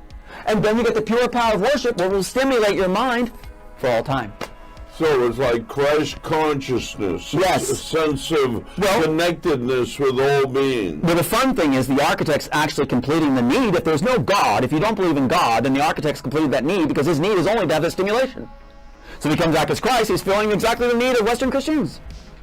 And if we're all Christ, there's no more war, poor folk. That's right. Midwest Mangler says, I mean, can you blame the woman? She obviously had enough of Tom's delusions of grandeur. Yeah, about Becky. Wouldn't she be someone to get on to listen to have a conversation with online here? Get both sides of the story that way, right? It brings you peace, but he's the anti. So what happens is they didn't know what to make of that. In fact, Bonaventura still says, on Wikipedia, look it up, Bonaventura says, I shepherded and discovered the Matrix. He's right. On Wikipedia, look it up. Does this fucker not... Actually, he does not realize that anybody can edit Wikipedia. Dumb motherfucker. I pitched it to him. Lenny Coco had me up. Lenny Coco's on tape saying, you were at my house, you were here. My wife remembers you, my granddaughter, my aunt. Yeah, I was there. I pitched it. Long Island. To Bonaventura. And he's the one that still claims he's shepherded and discovered the Matrix story, which is cool. But also what's cool is he says, I'm one of the few in Hollywood that understands this. He's right. He asked all the questions. I explained it. In fact, he wanted Robert De Niro to play the lead. Uh-huh. Yeah, he was chatting me up. So that's it. As a young writer, when someone from Bonaventura who likes to pride in discovering new writers, right? Yeah. When they tell you they're making this as revolutionary, we're going to submit it, send it in, you think you're done. That's it. You made it. That's 1 in a million. You made it. I didn't count on it, but Bonaventura has a penchant for saving the career of failing writers. And the Wachowskis in 1995 said, we failed as writers, we've got to pack our bags and leave, and fans can look up that article. Or how about the idea we do the Immortals per your script and idea in a whole new version? That's what we're going to do. We have to It's like copyright. protests for many movies or Ocean's 11. My dad actually worked in the original you Ocean's just 11. hit my John heart. Craven. Now we make a brand new Matrix. Can I mention Immortals. 2 heroes? Can I mention 2 heroes? Yeah. He just railroaded all over the The whole idea thing. we do the Immortals per your script and idea in a whole new version. That's what we're going to do. We have to It's like copyright. protests for many movies or Ocean's 11. My dad actually worked in the original one. The host is trying to say here that he worked on Ocean's 11, and Tom isn't listening at all. You just 11. hit my John heart. Craven. Now we make a brand new Matrix. Can I mention 2 Immortals. heroes? Can I mention 2 heroes? Yeah. Government's not all bad. Government's not all bad because there's people running the government. Who the guy, Some of the Lawrence people- Fishburne? Yeah, but the people is there's some heroes, and I want to mention 2 heroes in our government: the director of the Copyright Office and the specialist of the Copyright Office, because they found out that that this whole De Laurentiis group and Joel Silver they copyrighted the title but no body of work. They're like, uh-oh, that's wrong. No. These 2 people that gave him his script did not look at the other entries and be like, oh, this is wrong. He's fabricating all of that shit. How did that happen? How did that slip through? How did somebody copyright a title with no body of work, right? And these are hard copies on shelves that can just be replaced. So we're told we're going to replace them. They step in and give me this and say, this proves it, because the fact that this is the 3rd installment in 1998, this is why I'm holding it up. This is what was on set, because Matrix was shot in 1999, as we all know, 1999. So look how fast they moved. This came in 1998 when I actually made it in 1993, submitted by Boyd in June 25th, 1993, right to 4000 Warner Brother Lane. But this is Boyd. Now, you see, he's starting to, like, mix up names here. Boyd. I swear that was his first attorney. Hey, Andreas, good to see you in the chat. Yeah, we're going over a video from 2018. And you can see Tom has his longer hair here. Which, in my opinion, he began growing the hair out after he walked out of his deposition and the court case got thrown. So that's about 4 years of hair growth, I'd say. This came in 1998 when I actually made it in 1993, submitted by Boyd in June 25th, 1993, right to 4000 Warner Brother Lane. But this is copyright 1998. Why this is my baby is because this is how fast they moved.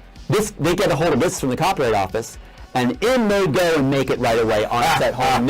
So this is what you look at. Look online at matrixredeem.com, and you'll see it predates it, and you'll see that this is my name right on it, on the page.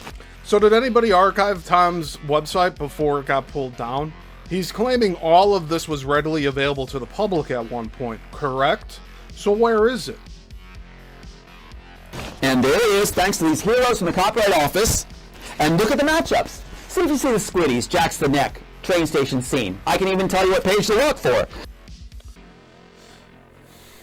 Midwest Mangler says, if Tom got screwed over by so many creators, why wouldn't he start to document everything he did, including video documentation, after that point in time? It's really tough to say.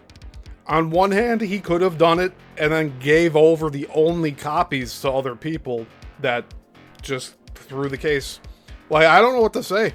But he walked out of his own deposition, so what does that say about him? He had all the matchups. What happened to them? He has this script that's all tabulated, and he got a second copy in like 2023, I think. So, again, yeah, he had it all up on the website. Where is it? Where is it? He had it available to everybody to see all 100-something matchups. 190-something matchups. Where are they? He wants people to look into it. Where's the access? If you go to... Let's give him one. I know, page 5, look at the cryogenic containers, and realize they should have hooked up cows if they took it. Oh, look at page 5. You say, yeah? Page 5.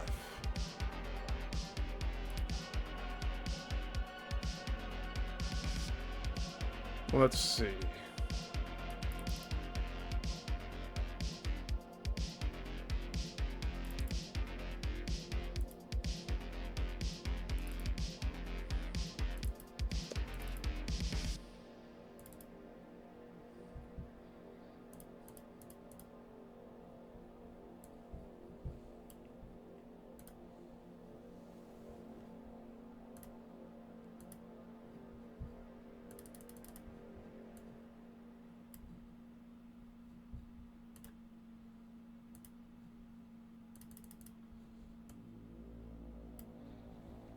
He said page 5's available, right? You all heard this.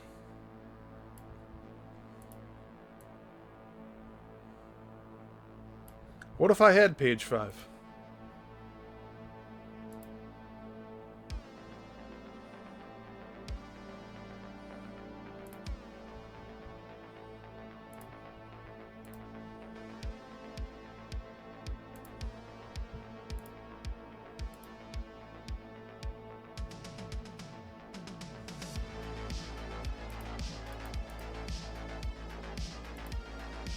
Oh. Look at that.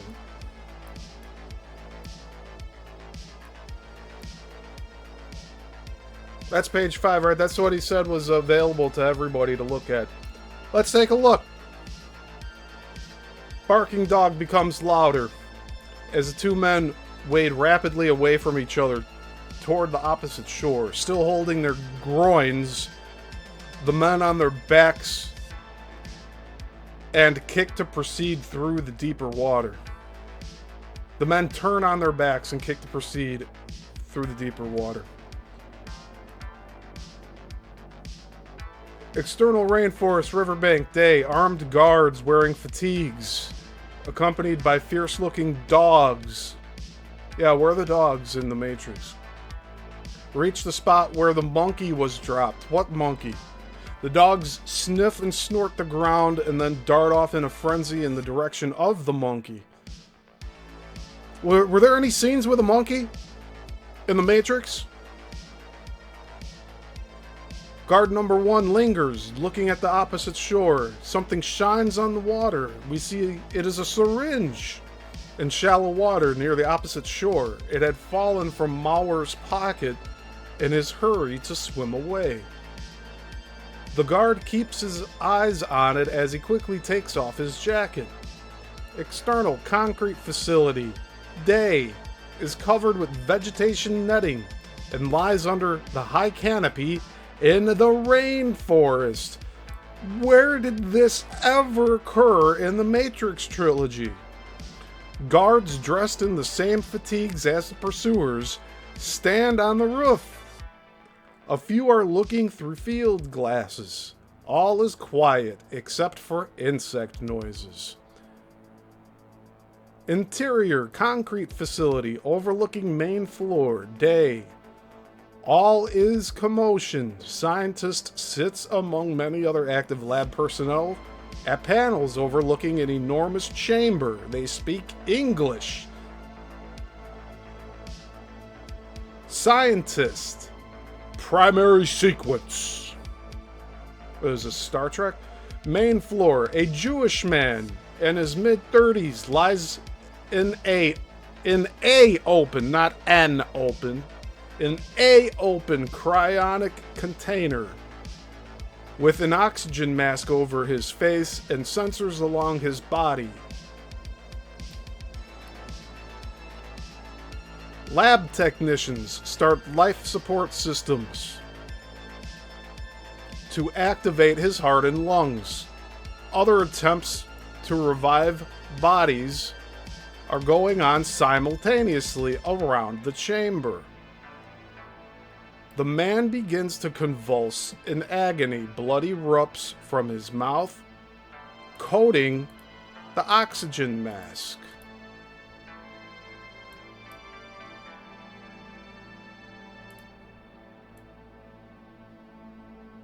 Overlooking main floor, a scientist is watching as lab assistant number 1 brings over a handheld computer unit. Yeah, I ain't buying it. How did that match up, Tom? What were you saying?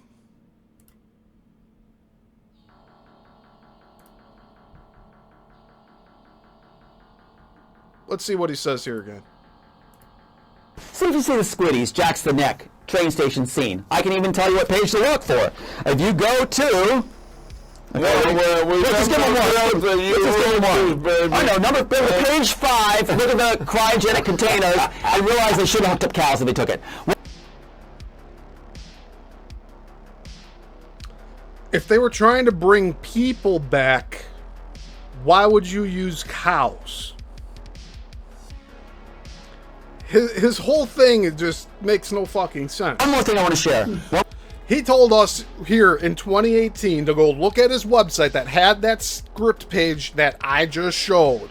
And no fucking compare. Where are the squiddies? Not there. They're in the rainforest. They're looking for a monkey. There's tracking dogs. They're in a fucking rainforest. Where the fuck is this in the Matrix?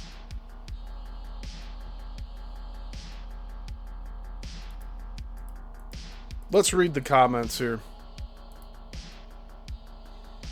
Midwest Mangler says, Tom went from private interview to interview over the years and never gained anything important to his cause. He just likes to go over the backstory over and over again. And that is true. That is very true. Andreas says, this is nothing like the movies. Again, why try and fight if you're going to lose? What possible reason could drive him to sue the studio? It's another good question. He tried to settle for 30 grand.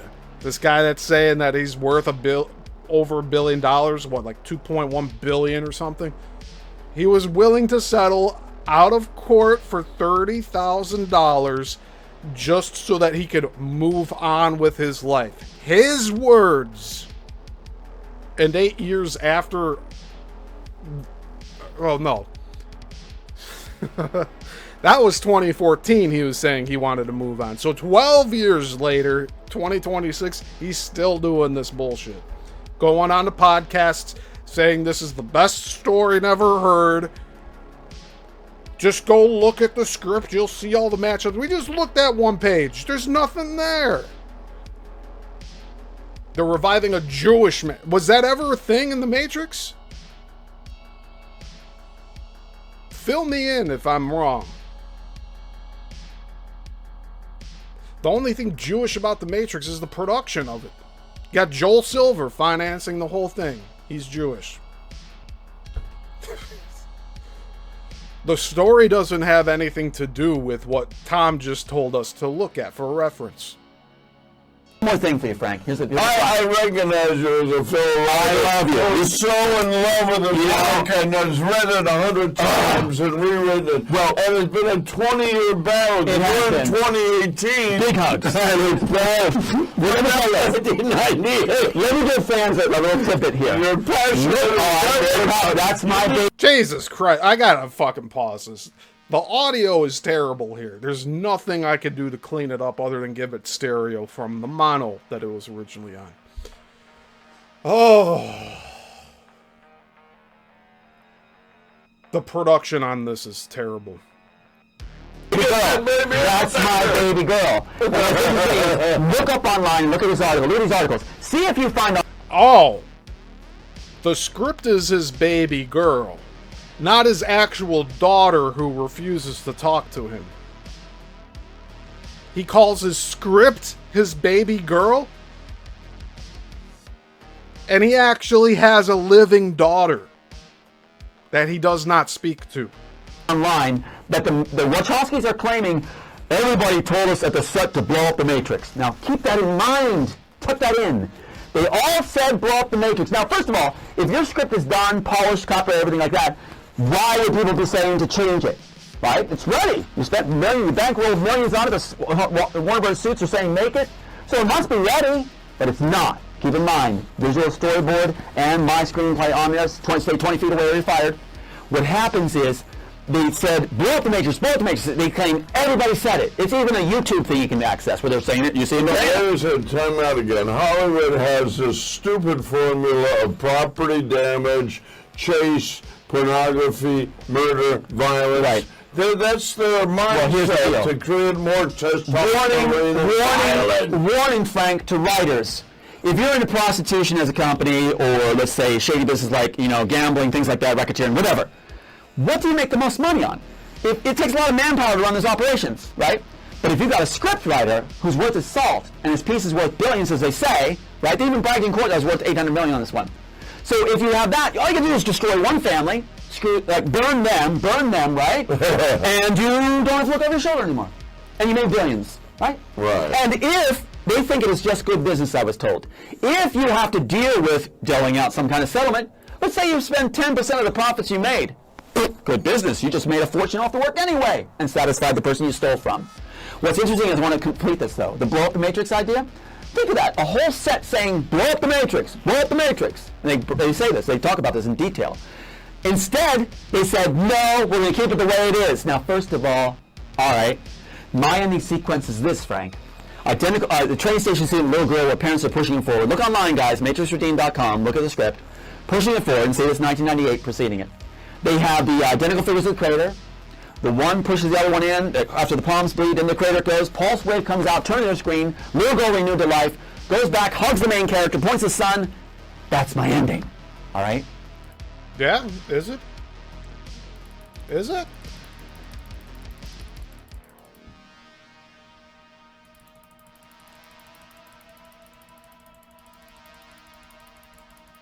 Is that true?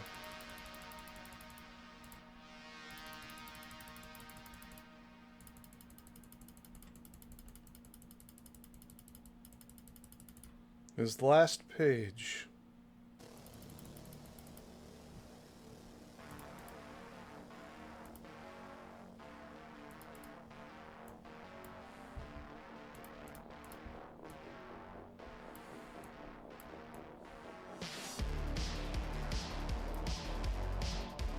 Let's see. Let's see what really is going on here.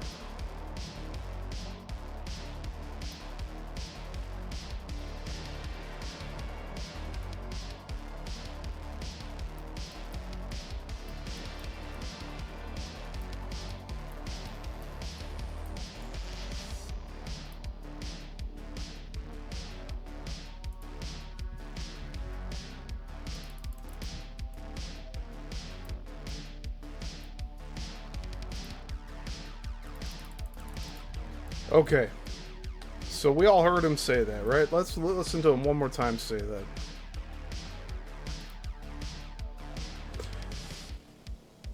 And I'm going to look at the comments here first.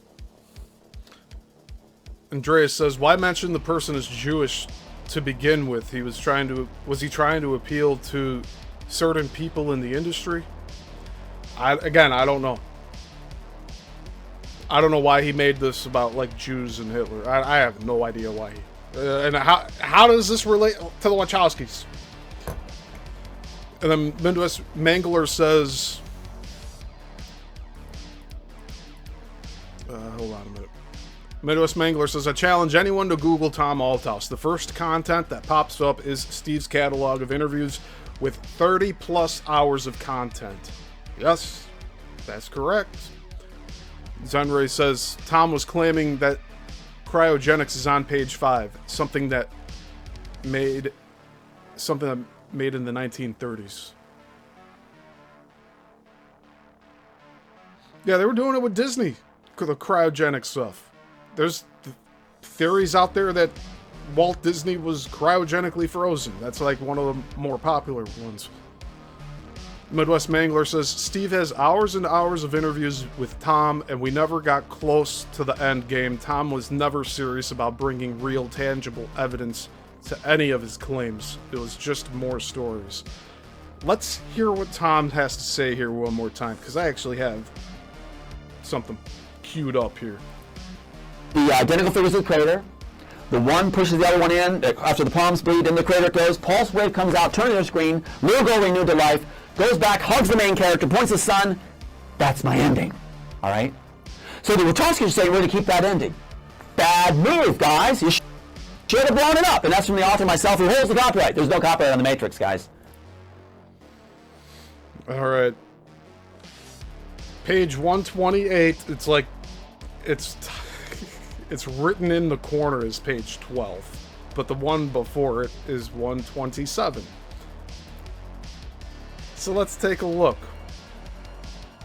Jim, fatigued from his wounds, sees the flames approaching. He looks at Julia's picture one last time as the flames rush over him. External, Short Lifers City. Transport terminal wall, red sky. The wall of flames approaches rapidly from the distance. It passes over the trees without harming them. Some people try to run from it. The girl with the doll smiles as the flames pass over her. The flames wash over the gray city, replacing it with renewed nature and trees abounding. Exterior, monument ruins, day. The sky clears. Jim sees his wounds are healed. He hears his name. Julia says, "Jim?" Jim touches the back of his neck where his enhancer used to be. Brittany says, "Daddy!" Jim turns and sees Julia and Brittany. They embrace, laughing and crying at the same time. Jim kisses Julia passionately. The wallet picture falls from Jim's hand. Brittany is 6 years old again without scars on her face. She puts her arms around Jim's neck as he picks her up. Brittany touches Jim's face and hair as she speaks. "Brittany, we watched you, Daddy." Jim says, "You did?" Brittany says, "I wanted to tell you it's okay." Jim looks at their faces, thrilled with life again, trying to take it in. "You did well, Jim," says Julia. Brittany points to Christ. "That's the man that carried me out of the fire." The screen goes black. Music Praying for Time by George Michael. Final credits. That's his very last page of his script. So here today, you just saw page 5 and page 128. I'll let you guys fill in the blanks of what that means.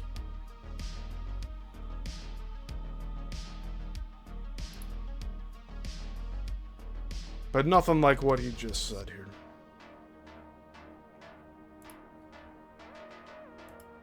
They really keep that ending. Bad move, guys. You should have blown it up. And that's from the author myself who holds the copyright. There's no copyright on The Matrix, guys. No copyright. Think of that.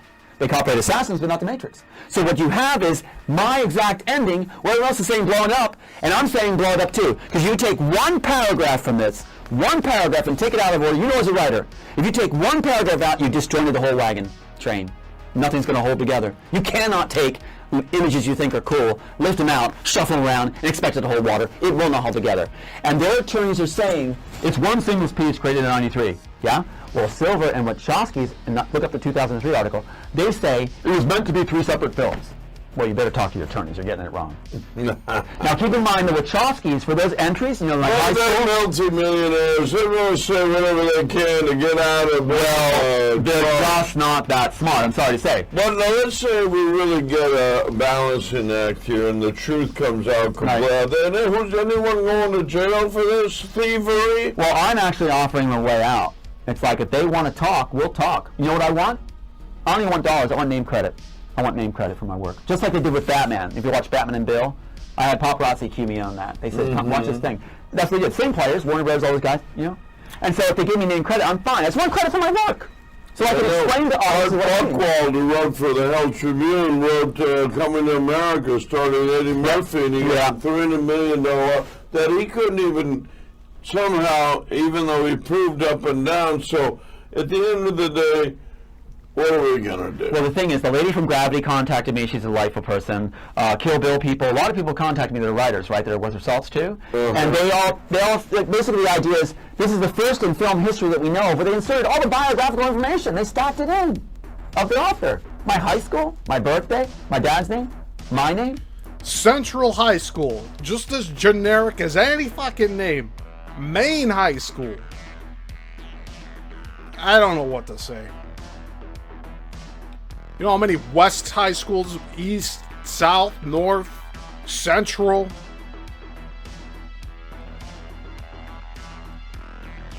Talking about generic names. Thomas Anderson from Central High School. The agent's named Smith. This was all meant to be generic from the Wachowskis' point of view. Did you see the name Smith? Did you see the name Neo, Thomas Anderson, Trinity, Sati? No, it's Brittany. Julia.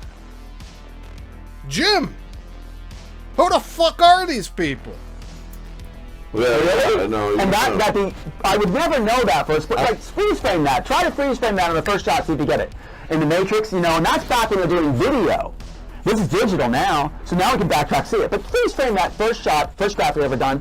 Pay attention to the ambience. If you're into studio films or into that kind of studies, notice that there's a difference. You have music playing, you backtrack, all that stuff, and suddenly you go silent. Nothing, right?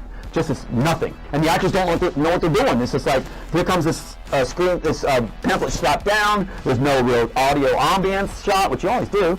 They open it up for a split second. There's all my stuff. Right there. It's all right there. See for yourself. And what's really cool is that's why we can make a difference, right? And what's going to happen is if this word gets around and fans actually get on board and see what's going on here, look at matrixregime.com, look at the script, check the date. This is the specialist and director of the copy office. He says it. Go look at the website. He has all the evidence up there. He has the script up there. He let this be publicly available to everyone. He wanted people to go search it out. Tell me I'm wrong. If this isn't true, notice that the Wachowskis said that they didn't want to do interviews after they started doing interviews. You can't start doing interviews in galas and then say, oh, we're shy, we don't want to.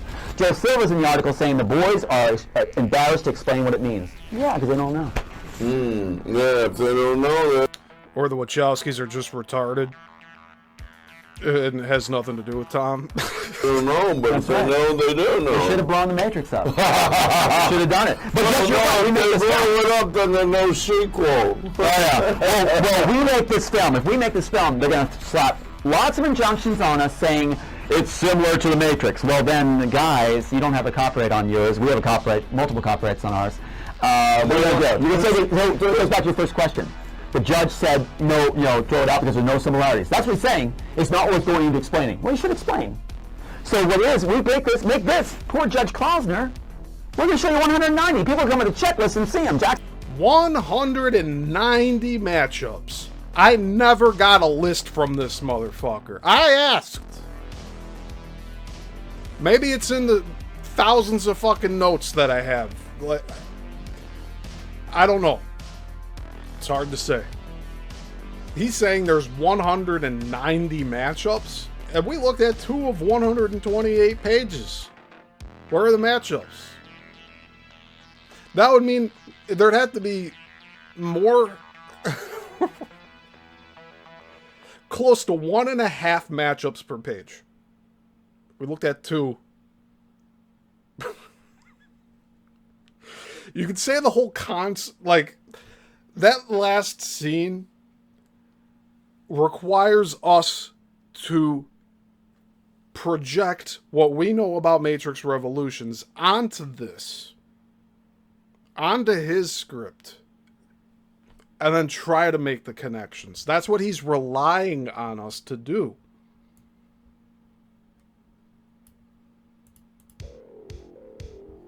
In fact, the Wachowskis, if fans remember, the Wachowskis said, we want to do Jackson in the back of the neck for real. In 1995, they said in an article, we want to do Jackson in the back of the neck for real. Well, if you want to do it, didn't you write it in a screenplay?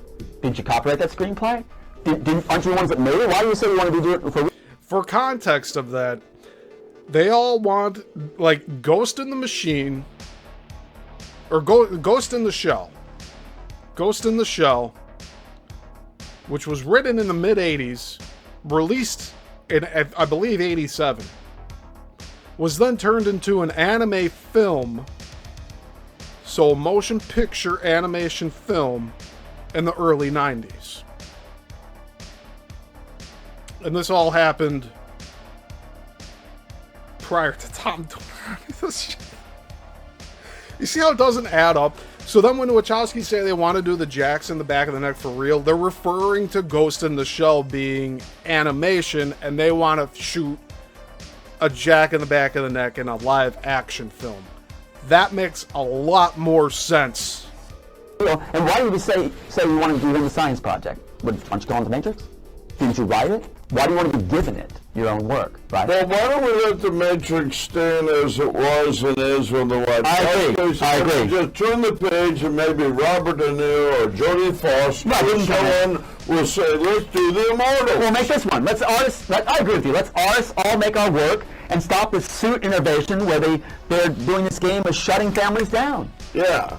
You know? But as far as my wife, they can have her. I'm looking forward to marry somebody worth their salt. That's what I want to do. Somebody who actually matches intellect and is a sweet person. It'd be good to be faithful to script. I've always been attached to my screenplay.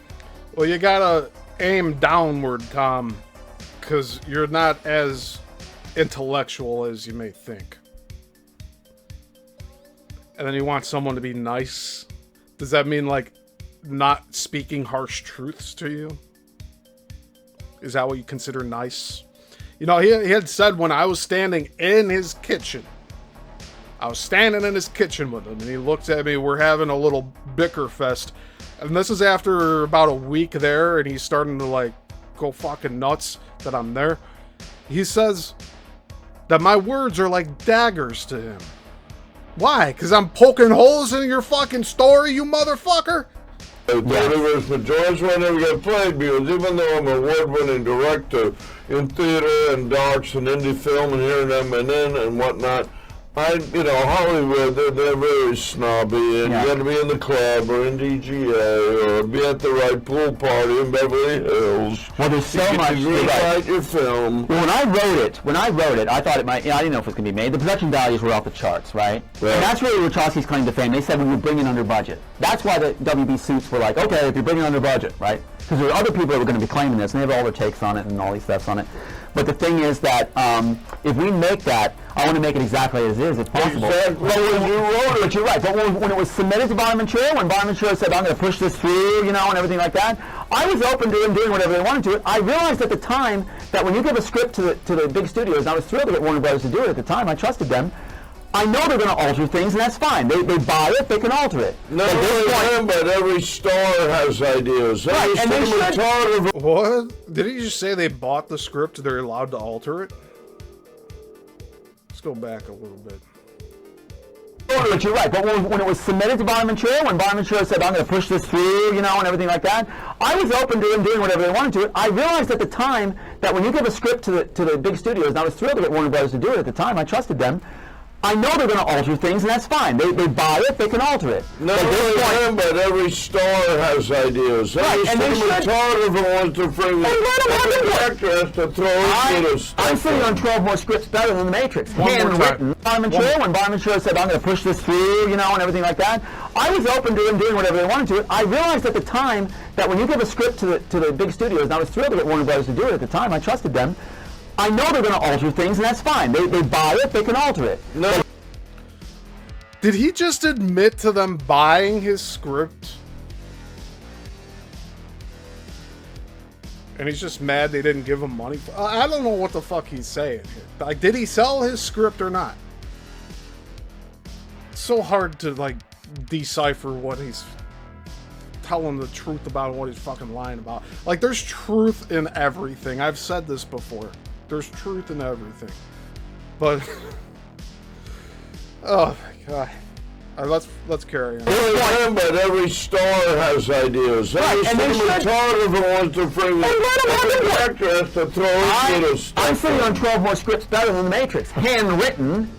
I'm sitting on it. I've had all these years to do it. And that's what they're pushing for. I have these middle guys that are contacting saying, we want these scripts. If this is a brilliant piece, and it is brilliant, how can you write 12 of it, man? Because that's a long time after. That's my first one, so the other one's going to be better. And they're concepts that haven't been done before. Oh, yeah. So yes, I can. I know, yeah. For me, it's like drinking water. I wrote a whole play and rhyme this year, and then they said, write a new one. I was thinking, Right. no, I can't do it. They said, no, I'm writing a new one. It just comes, doesn't it? Yeah, right. It just comes. It comes to you. I've got a play called The Domestics, which is a period piece, right?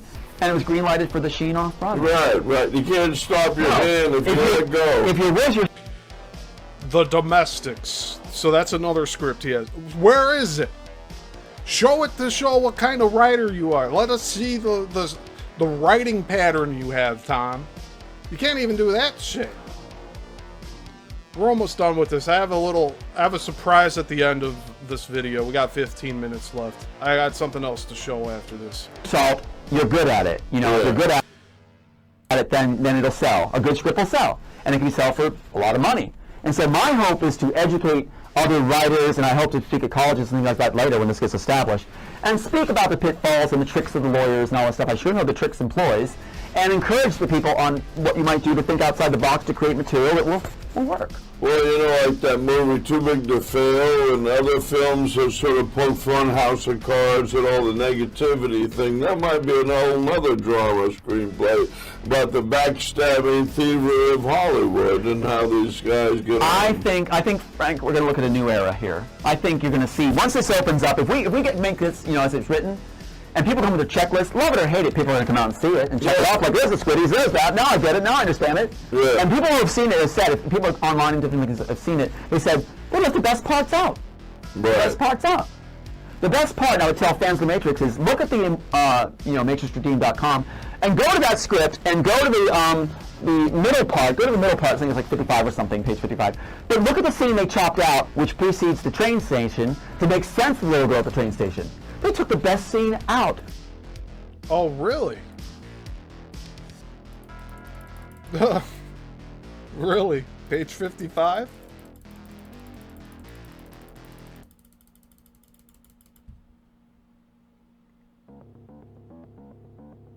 I know, Midwest Wrangler.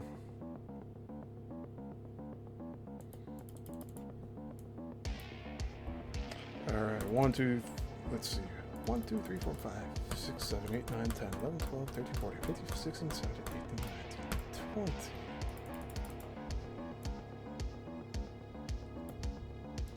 You heard him say page 55, right?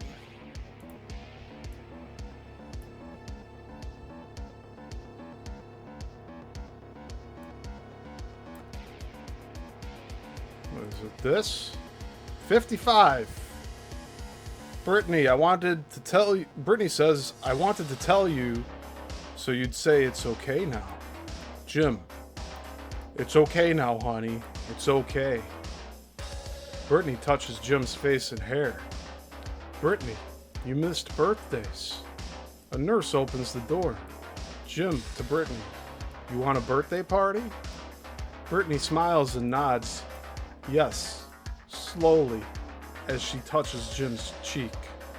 Brittany, with you. Nurse, irritated. Excuse me. Jim sees the nurse. No punctuation on that.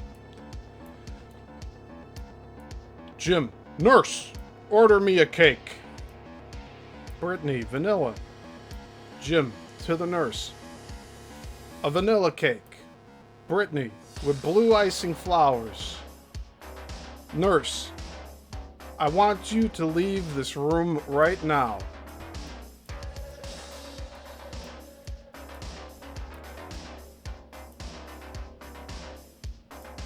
Page 55. That's what he said, right? What the fuck is this? This is the key to the story that was removed? Don't know what the fuck's going on here. They're in a hospital, obviously. Is that what you said, Tom? Page 55? The best part's out.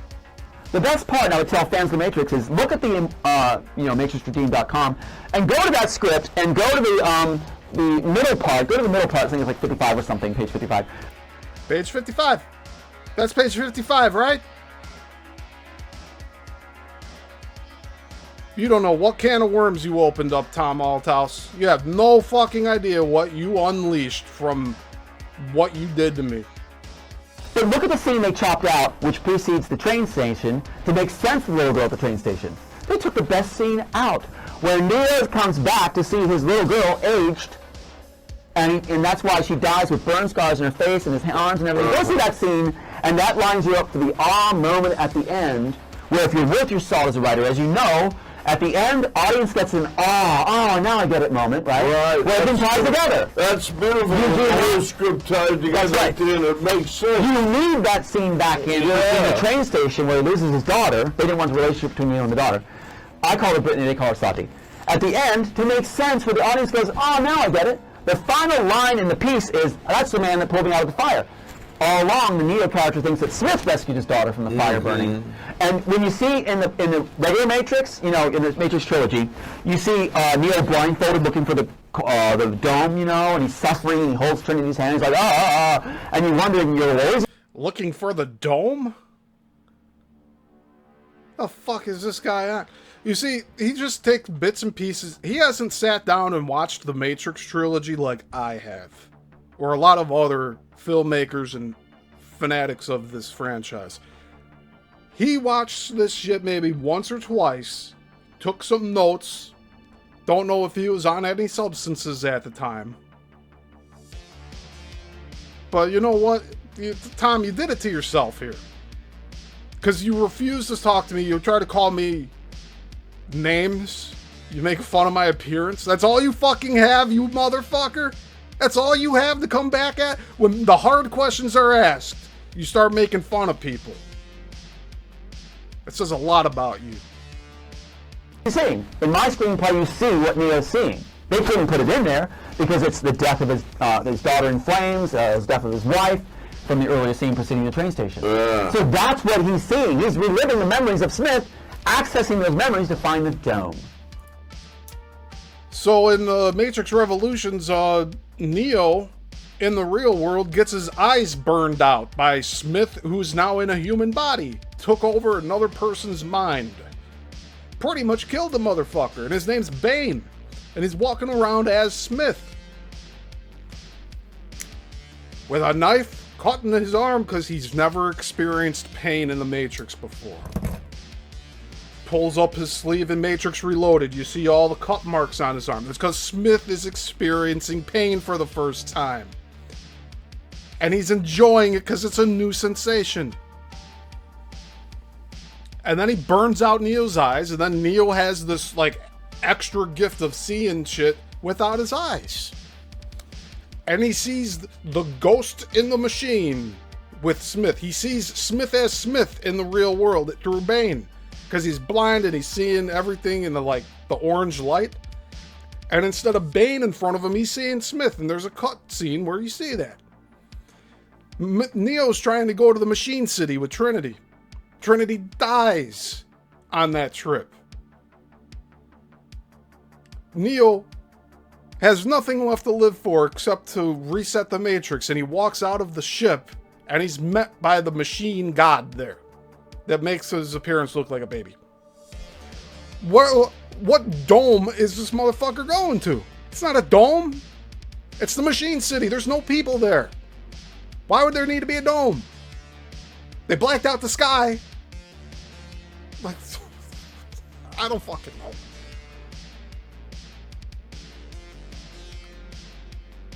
Wow, that's what makes for a good film. When after you see it, you can go somewhere and discuss it and really feel, oh man, I love you. That's exactly it. It was written in we're trying to time this now. Well, first of all, we say the train. Hold on. Andreas says, yeah, no, that script is nothing like The Matrix. And Andreas also says, willing to bet he's watching these videos, seeing his world fall apart. Well, he's reaping what he sowed. And Andreas also said, okay, a dome, not the whole freaking world being converted into power station for machines. No. And even with the lore of the Matrix trilogy, it's a machine city. There's not like multiple cities, it's just one. And the fields are also probably in just one location. Like, the amount of power needed to do all of that would be astronomical. Like, one giant facility located outside of the machine city. That's how it's presented to us in there, right?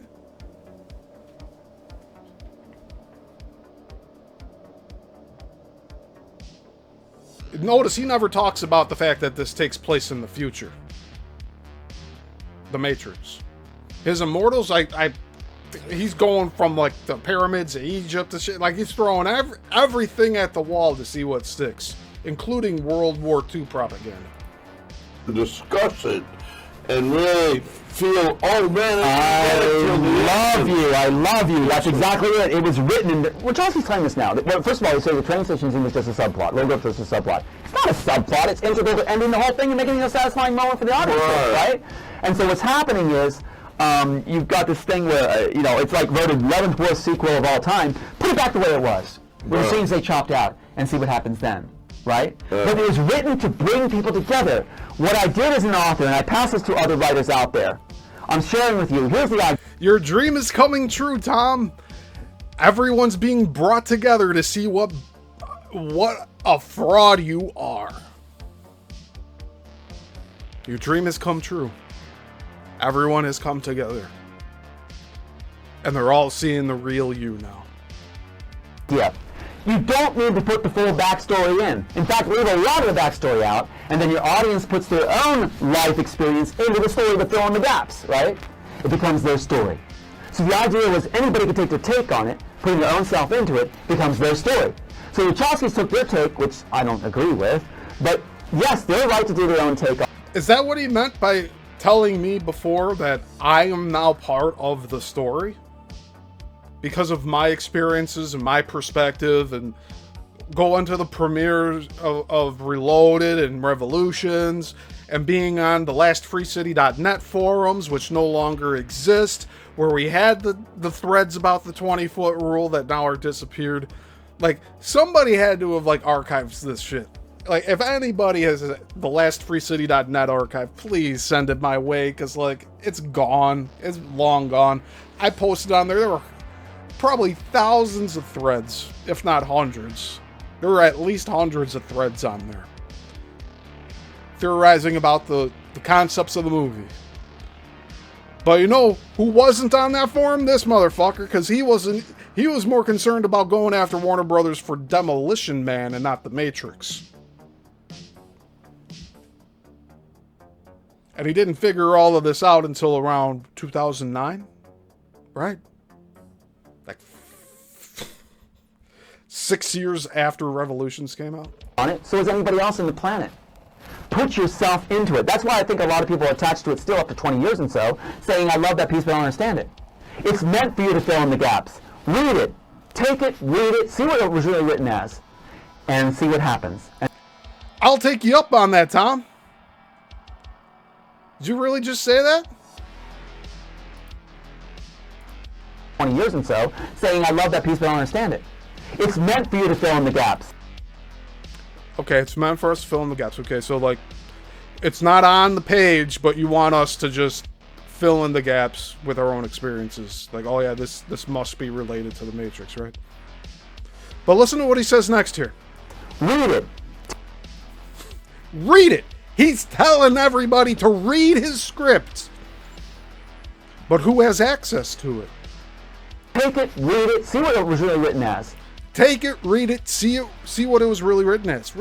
That's what the fuck he said. I'll do it one more time for those in the back. 20 years and so, saying, I love that piece, but I don't understand it. It's meant for you to fill in the gaps. Listen close. Read it. Take it, read it, see what it was really written as. Challenge accepted, motherfucker. And see what happens. And see if it's not meant to bring people. Oh, we're gonna see what happens. It's gonna bring people together, Tom. but not the way that you imagined it. Together. Right. Yeah. So we discuss it and see what it means. Oh, that'd be terrific. That was my plan. Well, that's what we need. Let's come together and organize the fact that... That's what we need. We need to come together.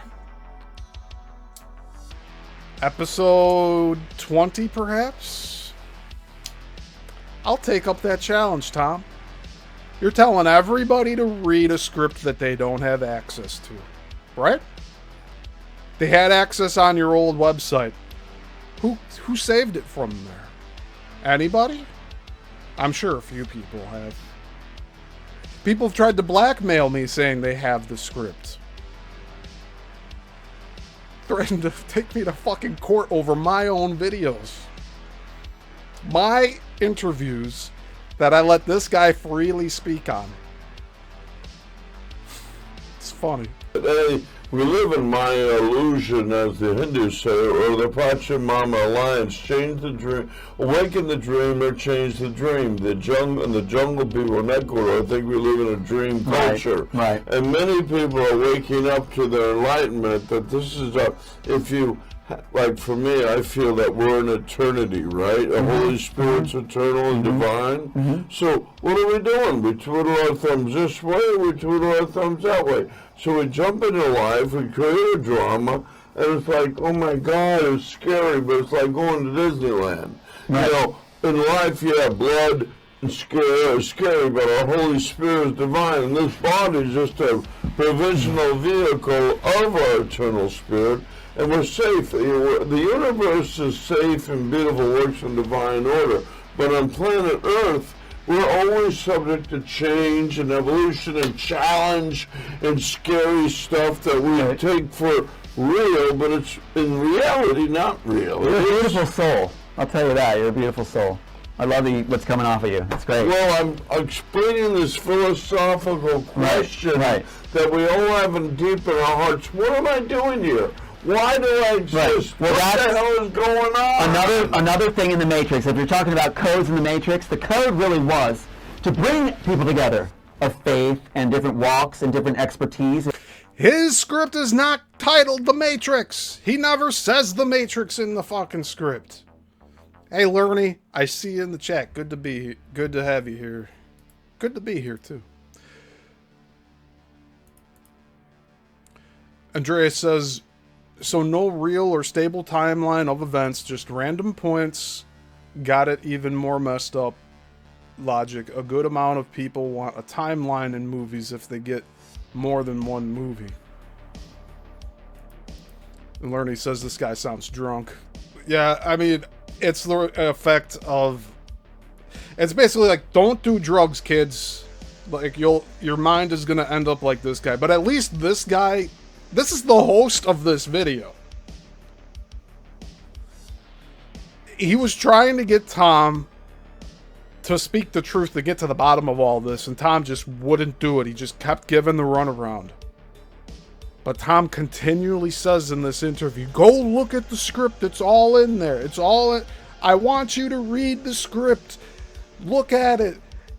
Tell me what you find. He's said that several times in this interview for people to go read his script. But that website that he sent everyone to in this interview from 8 years ago no longer exists.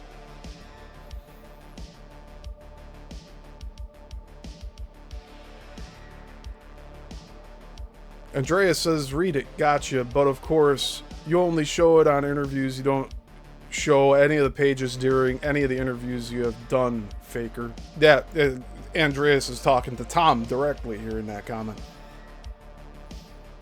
Yeah, the only times that we're able to get a glimpse of it is here on this or on his website that's no longer up.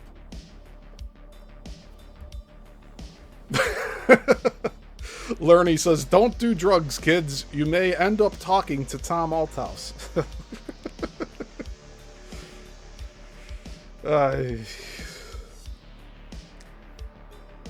I could say here, I don't believe my pathway to interviewing Tom Althouse involved drugs, especially not the type of drugs that this guy's taking here. I mean, you got to think of it. This host probably did a lot of smoking cannabis and taking hits of acid. That's the only, and then plus drinking. Like, that's the only way, like, your speech pattern would get to that point. But, yeah, Tom thought this was a good idea. This is it. It's a precipice. 2018. Again, 8 years ago. He was telling everybody to read it. Read the script. Read the script. Read the script. Read the script. I'll take you up on that challenge now, Tom. I'll read the whole motherfucking thing. The compassion, right? Bring them together and we'll solve problems. That's the code of Matrix, is to be a beacon. That work that you'll see online in Matrix Deem, the way it's like, thanks to the specialists and directors of the Copyright Office who are heroes and step in and make sure that was not switched out and given to me now. They beat them to the punch, the suits from Warner Bros. And so what happens is, in that piece, the idea was this: I celebrate your faith, not your religion. So it actually celebrates. That's why Barbara Walters in the interview with the, Wachowski didn't show up for it, but Barbara Walters with the A-list guys, like Fishburne, those guys, and Keanu Reeves, she's saying, the reason I love this piece is because it celebrates all faiths, and all these ethnic groups and faiths get along fine together in Zion. Yeah, that's what it's written to be, right? Well, but I don't think Zion is even mentioned in the Immortals. See, this is, like, he's betting on us remembering what the Wachowskis did, so that he could latch on to that and say, no, this is what my script was supposed to be. That's what this guy's doing. It's in there. Do we have a bunch of these? It's in there. It's in there. It's in there. And where? In the script? Let's see the whole script, Tom. People are zoned out and just wired to imagination. You got the jacks to the back of the neck in there. You got everything.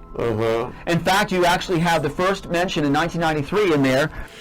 No Matrix, no Zion, no Neo, no Trinity, no Smith, no Cypher, no Niobe, no Sati, no Nebuchadnezzar, no Logos. Give me a fucking break. Of the iPad. An iPad? Yeah, page 6. Go to page 6. Before it was even invented. I'll tease you. Go to page 6. See it. See it all written out. Put it like a metal clipboard, computer, yeah. But oh! You'll tease me, huh? I'm tired of being teased. I want to see this. in fact, you actually have the first mention in 1993 in there of the iPad. An iPad? Yeah, page 6. Go to page 6. Go to page 6, huh? Go to page 6. Making me do all the work here. Go to page 6, he says.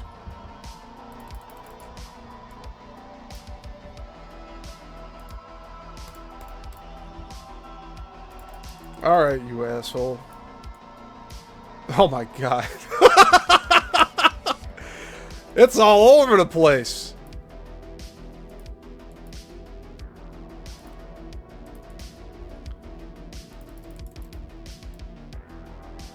There. Alright. You asked for it, Tom. Page 6.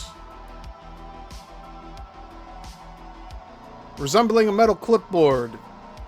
Lab assistant number 2 is smoking nearby. Scientist. Who was the subject? Lab assistant number 1 patters buttons on his hand-held unit. Is that it?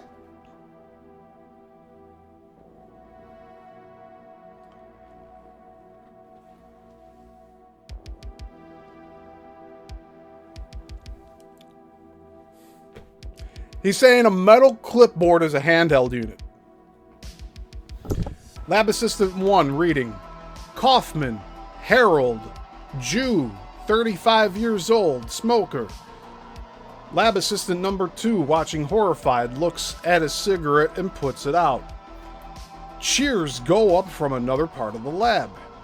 Lab Assistant 1, looking towards cheers. Another successful regeneration. We see technicians congratulating each other around a dazed man who is being transferred from a container to a stretcher on wheels. Lab assistant number 1. We had an 80% success rate for that phase. Scientist busying himself. Recompute data, the last 2 phases. Let's make this round 100%. Exterior, rainforest, day. Again, when the fuck did the Matrix have a rainforest in it? Never. The lab monkey is still damp with urine. As he races along the ground, barking. The barking is intense. The dogs are closing. I see the chat rolling. I'll get to it in a second here. The barking dogs are wide-eyed as they race towards us. Guards follow in the distance. The monkey looks back in the direction of the barking and then easily scampers up a large tree. A piece of the cloth is tied to his collar and tears off on a low vine. The monkey jumps to a second tree, heading high into the canopy. Rainforest, riverbank, guard number 1 is in boxer shorts wading into the water. He jolts forward, then regains his footing. What the fuck does this have to do with the Matrix?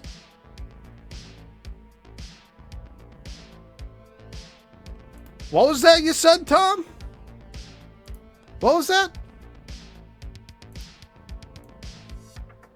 Let's hear it one more time.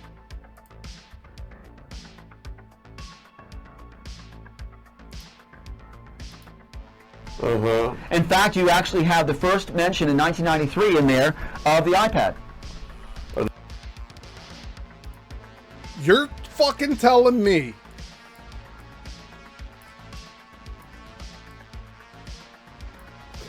lab assistant number 1 patters buttons on his handheld unit? You're telling me that's his fucking idea of a fucking iPad that has no buttons? What the fuck, man? Holy shit. Buttons on a handheld unit.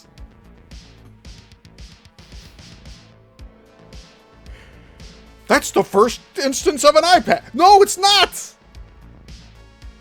The first iPad had 1 button, and it was at the bottom.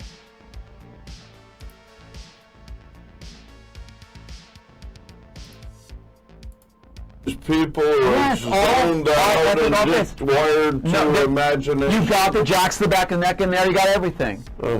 In fact, you actually have the first mention in 1993 in there of the iPad. This is what we're fucking dealing with here.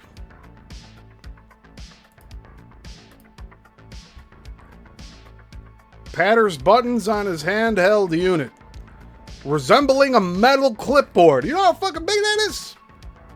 Hold on.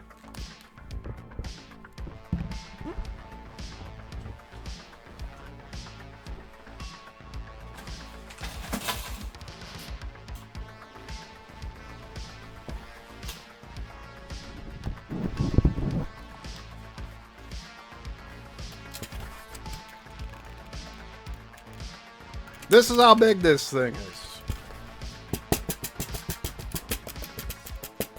Not even the first iPad was this big.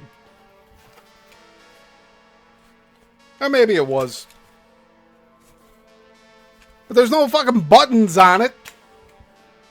Give me a fucking break. Patters buttons on his handheld unit.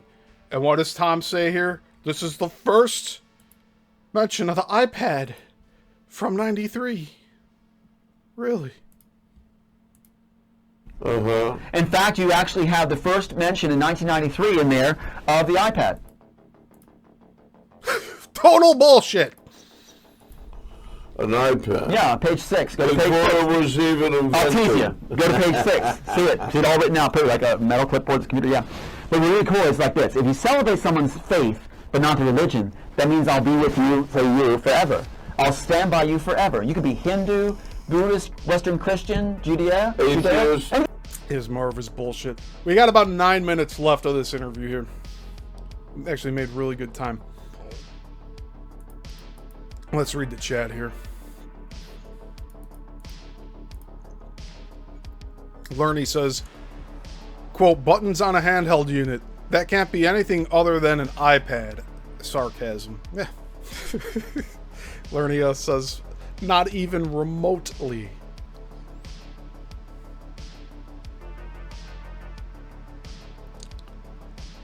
Yep. What do you want? I'll be there because I celebrate the spark of faith in you, not your religion. Right. And therefore, I'm always going to celebrate you. I celebrate faith. I'm always going to celebrate.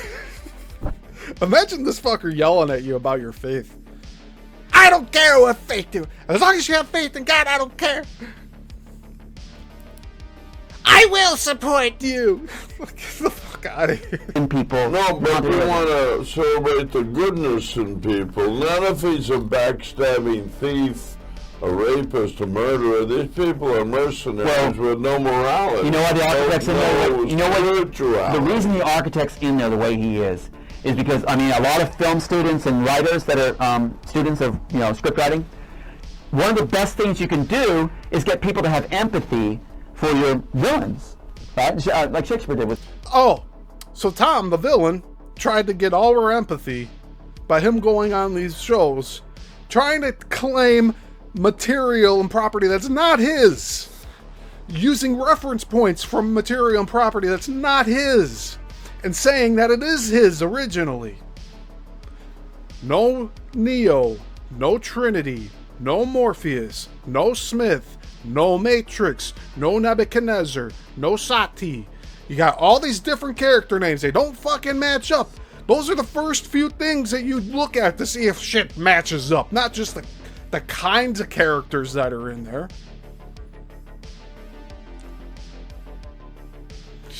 What a stretch. Richard III and things like that. Right. And so that's why the architect, if you look at the original screenplay here, as it is preceding Matrix, right? Preceding Matrix, which doesn't have a copyright, you'll see that you'll start to have empathy apparently for the architect, hopefully, right?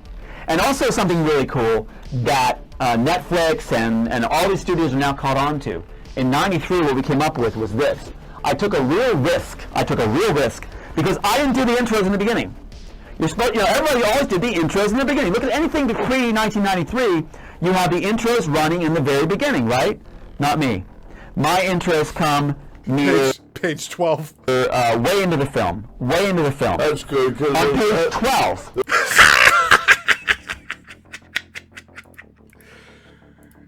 How'd I get that right?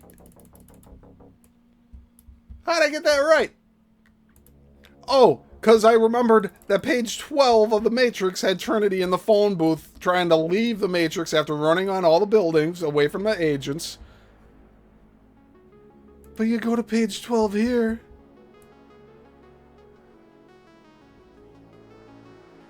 As well, in charge of admission and take a circus along. You go out there now, you'll stand out. Schneider holds up the mirror for Mauer. Schneider. Besides, I saw another Satutu in you. What the fuck is that? Mauer's point of view mirror reflects another cyst below his eye. The cyst is twitching slightly. Mauer puts the gun down and lays back down. That's already terrible writing! Damn it! He's not a screenwriter. Schneider looks into the mirror. Schneider, given the circumstances, you look better than I do. Mauer. They've done it, Gerhardt. They've really done it. Give me a moment here. I zoomed out accidentally.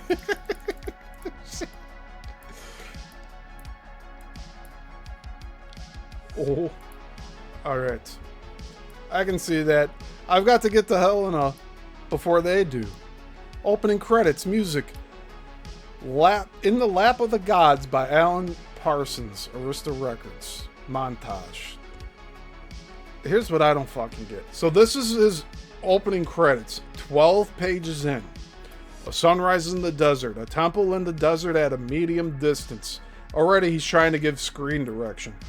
A jackal in the foreground watching a man in white at the temple doors. A jackal runs off. Go to black on slamming sound. The Immortals in large, shiny metallic letters in a field of flames on organ blast.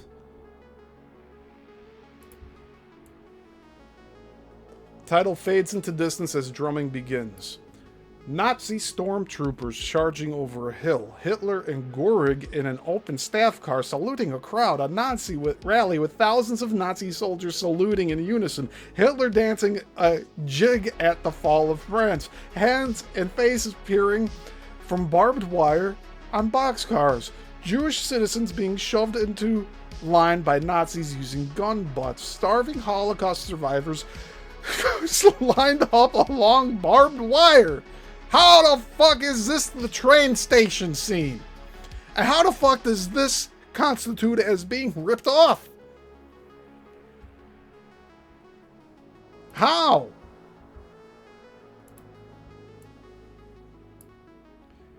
He bet, Tom Althouse bet for nobody to actually read his script. Because the moment they do, even one page, it all falls apart.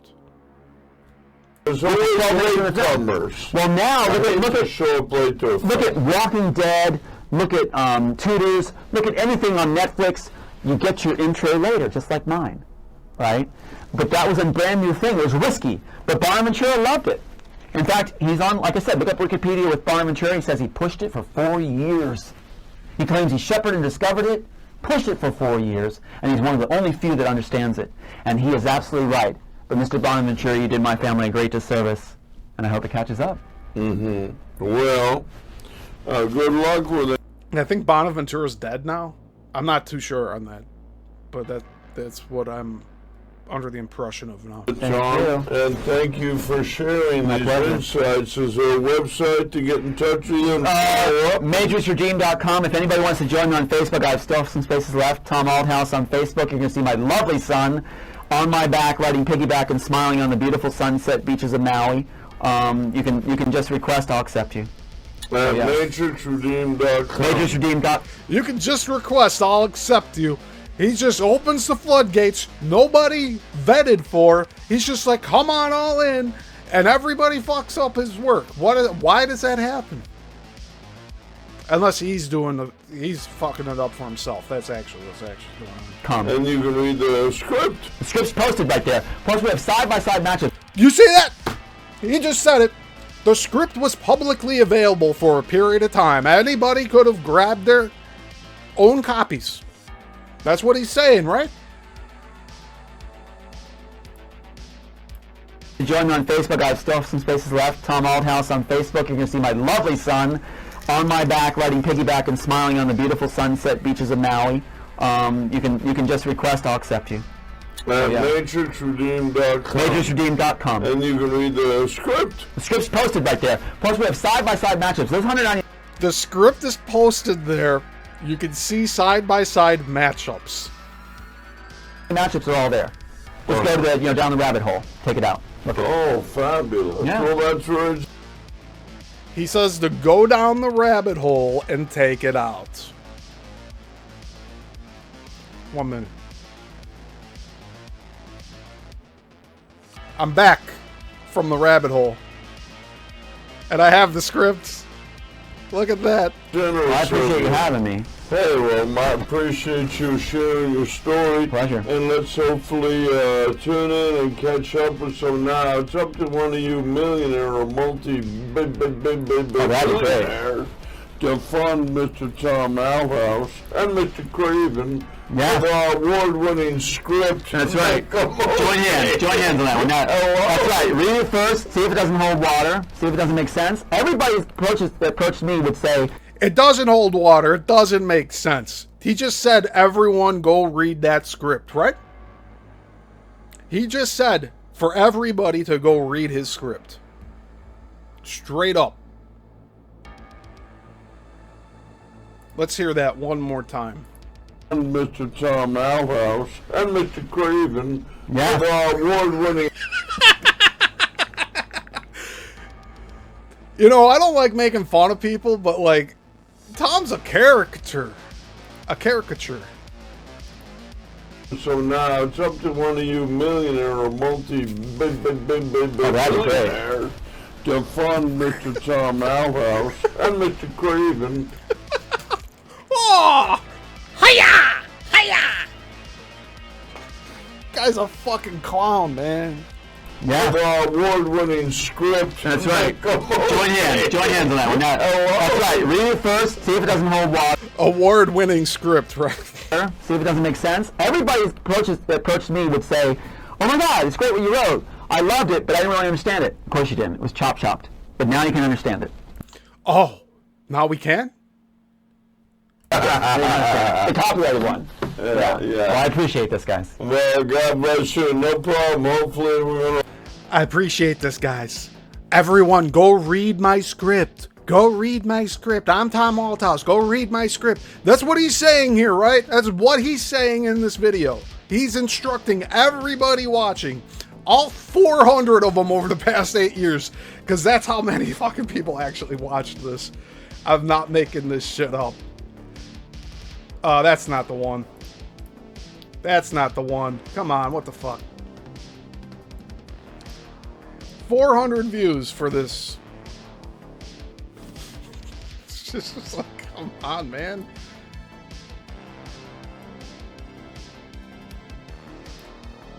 I don't fucking know where I had it. I had it here at the beginning of the stream. The view count of this shit. There. 412 views. 10 likes.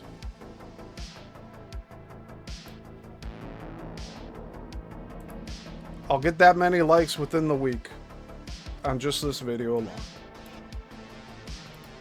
Because that's what you guys want to see. I believe another good 10, 20, 30 years. No, well, I've been doing what's selling Hillary almost 20 years, like you've been trying to fight the good fight and feel that you will come to a new day. Now, what do we have? We have all these pedophiles busted in Hollywood. We have even in Washington, D.C., and the Congress and Senate and the Boys Town and the... Tom doesn't want to touch any of the pedo stuff. He doesn't want to touch any of it. Just a note to take here. The whores and the God knows what, and the immorality and the insatiability of these multi-millionaire, billionaire. Look how fake he is, man. Look at what he just did. He like awkwardly put his arm on this dude. And the whores and the God knows what, and the immorality. Watch Tom here. And the insatiability of these... Thinking about... He had to really think about touching this dude's shoulder. Multi-millionaire, billionaire. Maybe this works for like women, because I'm sure he loves talking to like a crowd of women that'll just suck this up just from the empathy perspective. And like, it's nothing against women, but he's a predator for this type of shit where he goes and he tries to lure people in. And part of that is starting to give physical touch in the shoulder. I agree with you. But he had to like think about it like, is this appropriate? I'm just gonna do it. Okay, now my hand's there. What do I do now? Immorality and the insatiability of these multi-millionaire, billionaire. From Hollywood. The action that he took with his body and his body language is completely separate from what he's thinking about or conscious about. Like, he's doing something completely different with his body from what's actually occurring in the conversation. There's about to be there's going to be regime change. The word from Hollywood, what I was told was, Tom, just stay alive. It's being done for you. Right. And if this gets made, the other 12 can be made. So that's a bonus for whoever funds Well, it. you want to focus on one project. We'll do the first one, but that helps for the investors. It's like 12 other ones are waiting. You hear what he said? He told this host, you're the first one. How many other hosts has he told that to? How many other hosts? Oh man, your own production company. Well, Every film company like. And that's another valid point from this host. Why doesn't Tom open his own production company? Why doesn't he make all the other scripts that he claims that he has? It's because he doesn't have them. Or they're just absolute shit and they'll never see the light of day because it'll expose the quality of a screenwriter he actually is, which is very low. Racist spaghetti got to crank out a film after film. Well, what I want to see is it'll be a golden age. I see a golden age for Hollywood where actually you're going to see all these different writers like Avatar, Gravity, Kill Bill, all these ripped off writers. You'll see the real work. Wonderful. How about that? Yeah, it's time for a renaissance. We're tired of the bad, sad news. Let's have some good news. Well, the writers that are handed the work, like the Wachowskis, they don't have a passion for it. I was told by the guy that contacted me, they hate you, they hate the work. No. That's why they're talking, yeah, they didn't like it. How can you hate the work? They like their children. They didn't think that Oh, was I love my That's scripts. right, it's like Solomon's Baby. Bibles. So therefore, the scripts that will be made from the people that are ripped off, like this one, we have the copyright, for goodness sake. Right. You'll see the passion put back in the work. Well, good. Wachowskis don't want to talk about it? I'll talk about it. And my son said it too, just turned 12. He said, put the Wachowskis... Tom doesn't want to read the script for everybody? I'll read the script for everybody. What do you guys say? Let me know. Dad with you on the program with the Wachowskis, and let's share. Let's have fans see who's talking about the work. See what the fans think. Yeah, a real writer knows his Let's read through the script and see what the fans think. How about that? work. That's right, that's how He they knows it very well. Part of the He family. reads it and then really loves it and fine-tunes it and plays it and holds it under his arm That's right. like a Bible. I challenge the That's Wachowskis to a meet with me sometime in public. Meet with me in a TV station, and let's talk about what the work means. Yeah, right. Yeah. Well, I mean, this is a fun thought. yeah, well, these people... They'll never give you the light of day, Tom. Because they know what you are. You're a fraud. Obviously, you know, they are what they are, and they just sort of shrug their shoulders over the whole thing, and it's old news, and that. No, that's right. They don't say... Why waste your time? They won't do that. They say, you Let's lost... go with our Yeah. passion and work with what we want, not what we don't want. Right.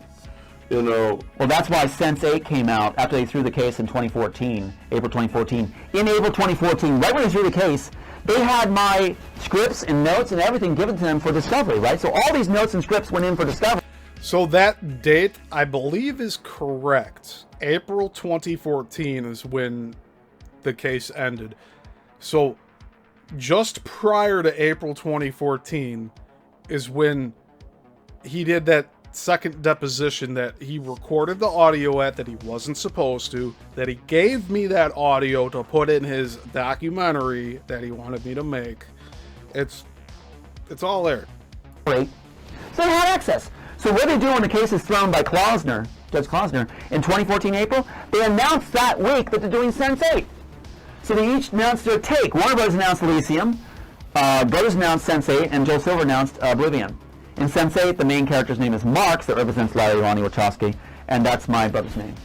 My goodness. Yeah. Well, it looks like we're going to have to wrap it up as a 58-minute show. And summation, I guess I just want to close by saying I'm FrankCraven.com with Tom Althouse.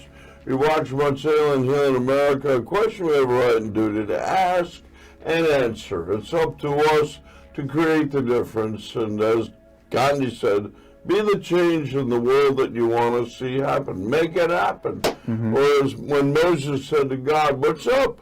God said, I am that. I am. You know, you are what you believe you want to be. So let's go forward, make the... Except Tom is never going to be the writer of The Matrix, no matter how hard he believes it to be so. Immortals is a great film that everyone's going to love watching and understand instead of coming out of theater saying, well, I'm not sure I got it. Or, yeah, that was really cool, especially at the end when I, you know, really, we're on board a whole new paradigm of consciousness. Artists are being allowed to present their work now. It's happening. There's a whole avalanche happening. The House of Cards is falling. Well, who's funding it? It's just happening. Oh, It's coming down. So we got like 90 seconds left. who's going to be left? The artists that were burned. Right. And Well, they all put right. passion back in work. Oh, fabulous. Tom, thank you. Pleasure. That's it.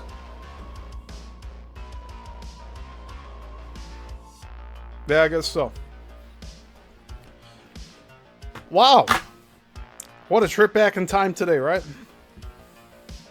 See, with video, we can time travel. We went back to 2018 when this video was recorded. Lerny says that interviewer has smoked away most of his brain cells. Yeah, I agree with you on that. And Lerny also says, quote, "You're the first one I told about," end quote. It's just a way to make them feel special. Again, you're right, Lerny. Tom butters people up to make them feel special and continue the grift for him.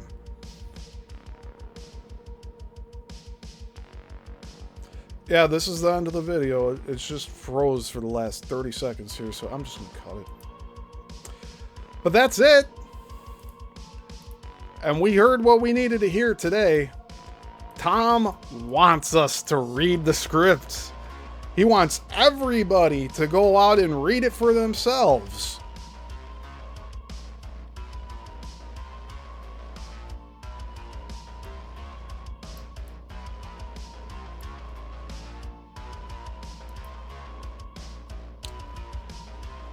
I say, not next episode, but episode 20.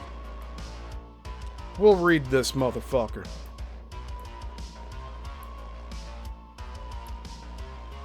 Okay?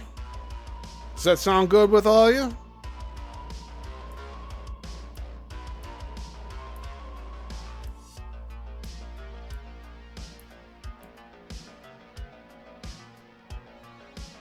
So we'll do a review and critique of stuff that was already made public to the internet on his personal website, but we have it in high def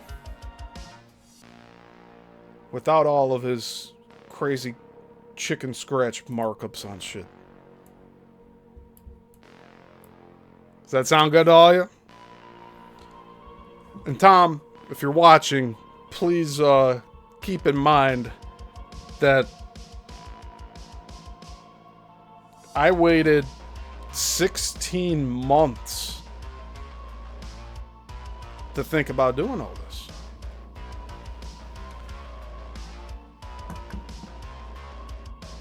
But you know, we got your permission, so we're gonna do it. You told everybody for years on end to go read the script.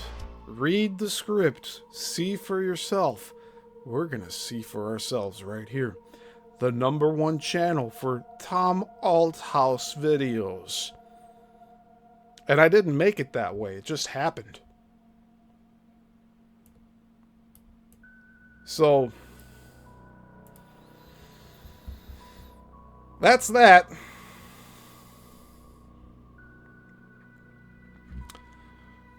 I do have a few other interviews I want to dissect before we go page by page like I'd like to here.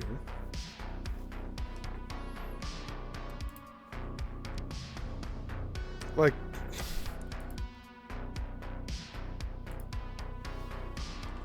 I'll search his name right now on YouTube.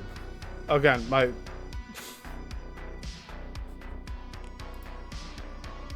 look at this. First result is this channel. Third result is the channel. Second is Roseanne. 86,000 views from a year ago. And my first interview has 7.7 thousand. So there's that. But like, I don't even think he did like an interview in the past 2-3 weeks. Like, let's say this past year. No. Oh my God. Even when you change the search results to like this year, look at that. It was the last show that I just did. That's not looking good.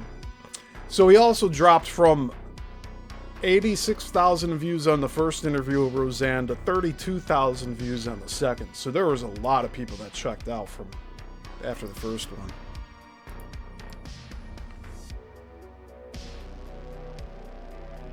Eight months, 3 weeks with the Barbarian Empire. That's the one we.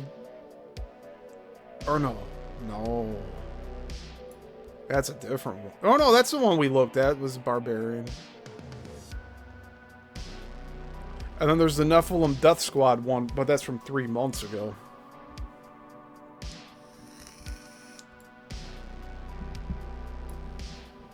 There, look at these assheads. Like, where's Michael Jaco Yako Wacko Yakko at? Where is this guy?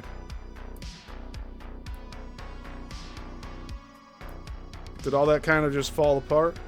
Like, let's take a quick look at Veronica's page here. What is she up? Like, I'm not even fucking subscribed, see? I said, fuck this shit. 3 months ago, she's posting all... she's trying to get into tarot. Okay.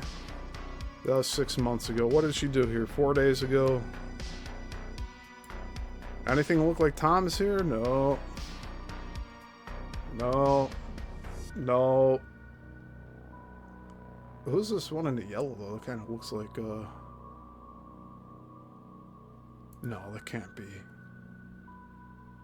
No, it's not. Who's that? Who's this? Who's that? Sue McClure.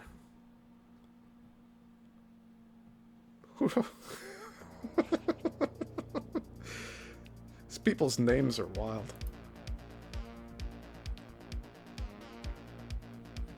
No Tom in the past month, though, huh? What happened? 1 month ago.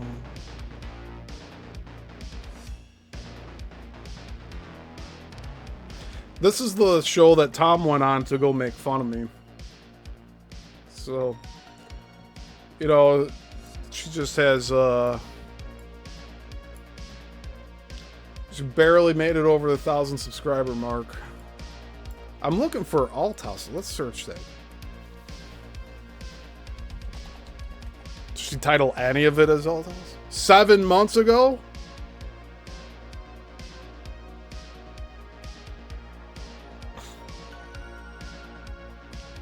Whoa.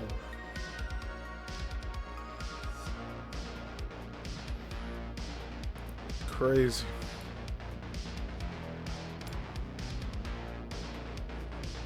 And you see, Tom went on this channel to make fun of me to punch down or some shit, being like, "Oh, that guy, that anonymous with no dude, I'm the top search result for this motherfucker, and he's trying to write me off like I'm a nobody here. Like, this is not good for him. For him to continue to ignore me and then go on these shows and make fun of me." Like, you know what Trump says, hit back 10 times harder. Got all these spooks here, look at this. Spooky videos.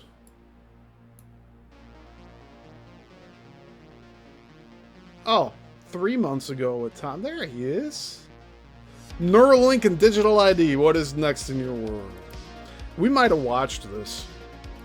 Ugh. Can't stand looking at her.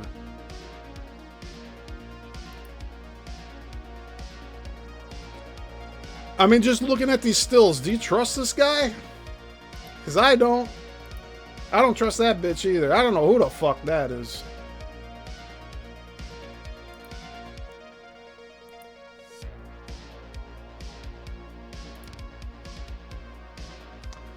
Randomly, let's just hear what the fuck he's saying. People in the CIA, different things like that, are wanting to get on board. People are people. So even though they're in these agencies, there's a number of them, like Michael Jaco said, that are waiting for the right guy to take the lead or right girl to take the lead. Well, if I was tapped to do that story, I did that story, and I survived. Now I'm going to start turning it around. So if I was groomed to be a leader in the cabal, I can be a leader with a free-for-all.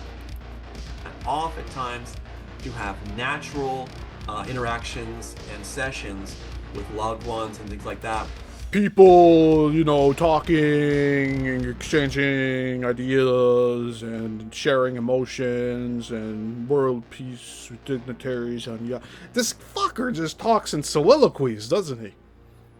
Where everyone turns off their mind, Congresspeople, senators, things like that. So that allows me to finish my job as others finish their job, and we'll all come together at the end of this.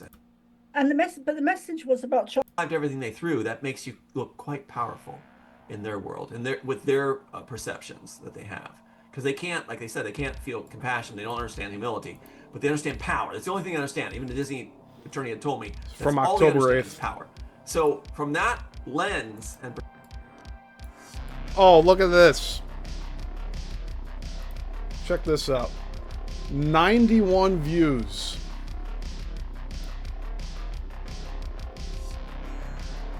I'm only bringing this up because Tom tried to say that I'm a nothing channel. I'm the top search result for this fucker anytime someone goes to search for him. I do the Bermuda Triangle series. I do the Coral Castle series. I do shorts on all three of these different shows I do on a weekly basis. And Tom's material is the stuff that gets watched the most. Not because people believe him. They're watching the Tom Althouse is a liar, Tom Althouse is a fraud shorts now. Like, one of them's about to hit 1,000 views, and that was put up not even a week ago. So, again, Tom is just continually digging himself into a hole. He's not going to stop. That's the main thing. He's going to keep going with this.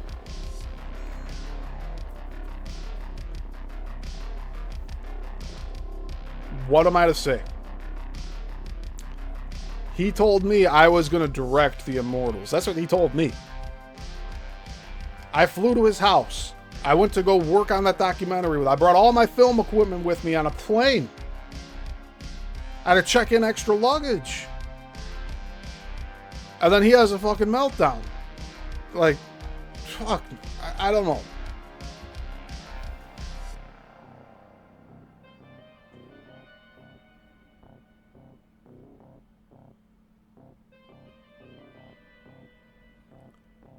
Missing Time says, I think that was Soma Ara. She's a channeler. Soma Ara. Well, I don't think we've watched that one yet. Maybe that's what we can do for next week, because it is pretty recent. And I don't remember watching this. So we can cover that next week. And then episode 20, because this is episode 18. Episode 20, from the start of the live stream of Let's Talk About It to the end, we will go through page by page of the Immortals. And we'll settle this once and for all, so that Tom can move on with his life. All right?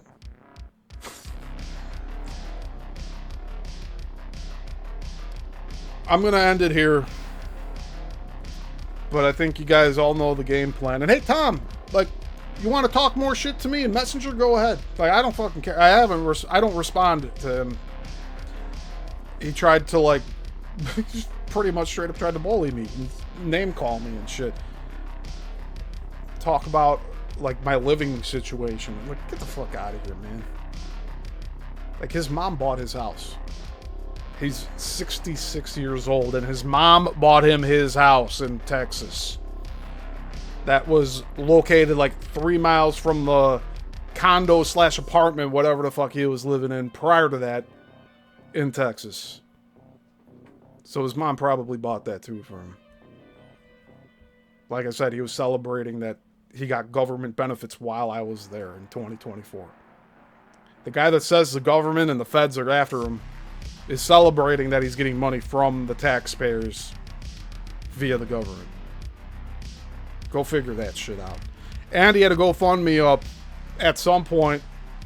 It was $3,750 a month he was asking for. For what? I don't know. No representation. Just give him the fucking money, right? Thankfully, He didn't even get $200 from the first month, and it's now since been shut down. So again, Tom Althouse is a liar. Tom Althouse is a grifter. And tell me I'm wrong. Show me where I'm wrong. He says he has all the receipts. He tells everybody to go read the script. Well, it's going to happen here, motherfucker. It's just going to be a matter of time. And maybe I'll make that title distinct. I've been thinking about it. Episode 20 of Let's Talk About It. That's where all of that will take place. So next episode, which might be next Sunday, we'll watch this Veronica video. And then after that, for episode 20, we'll check out Tom's script. Because he wanted everybody to read it, right? This whole episode, we heard him say several times in that interview, go read the script. Go read the script. See for yourself. Well, challenge accepted. So, that'll do it for today. Thank you all for being here. Please like and sub.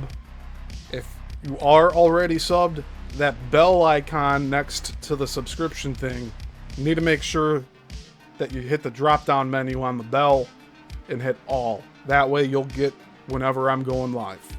It's the only way. Otherwise, it's just going to continue on like this. But YouTube's favoring the Althouse videos, so we're going to keep going. We're going to keep going. We're going to keep putting the truth out there. The goal from this was to expose the truth. And we see that something's being hidden here with Tom Althouse, isn't it? There's some secrecy going on with everything he's doing. He's telling you to go to the copyright office to get a copy of The Immortals, yet you need permission from him in writing, given to the copyright office just so they can give you a copy. But he had it all available online. He told everybody to go read that script. But now, no one can find it, right? Who has it that's going through it page by page? No one. But I accept your challenge, Tom. We'll see how few matchups there actually are. When he talks about lifting material, he said that the iPad is in his thing. It's a...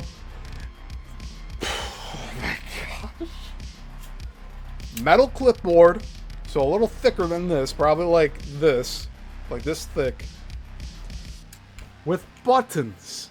And he said that was the first iPod. Yeah, okay. Let me put my thinking cap on.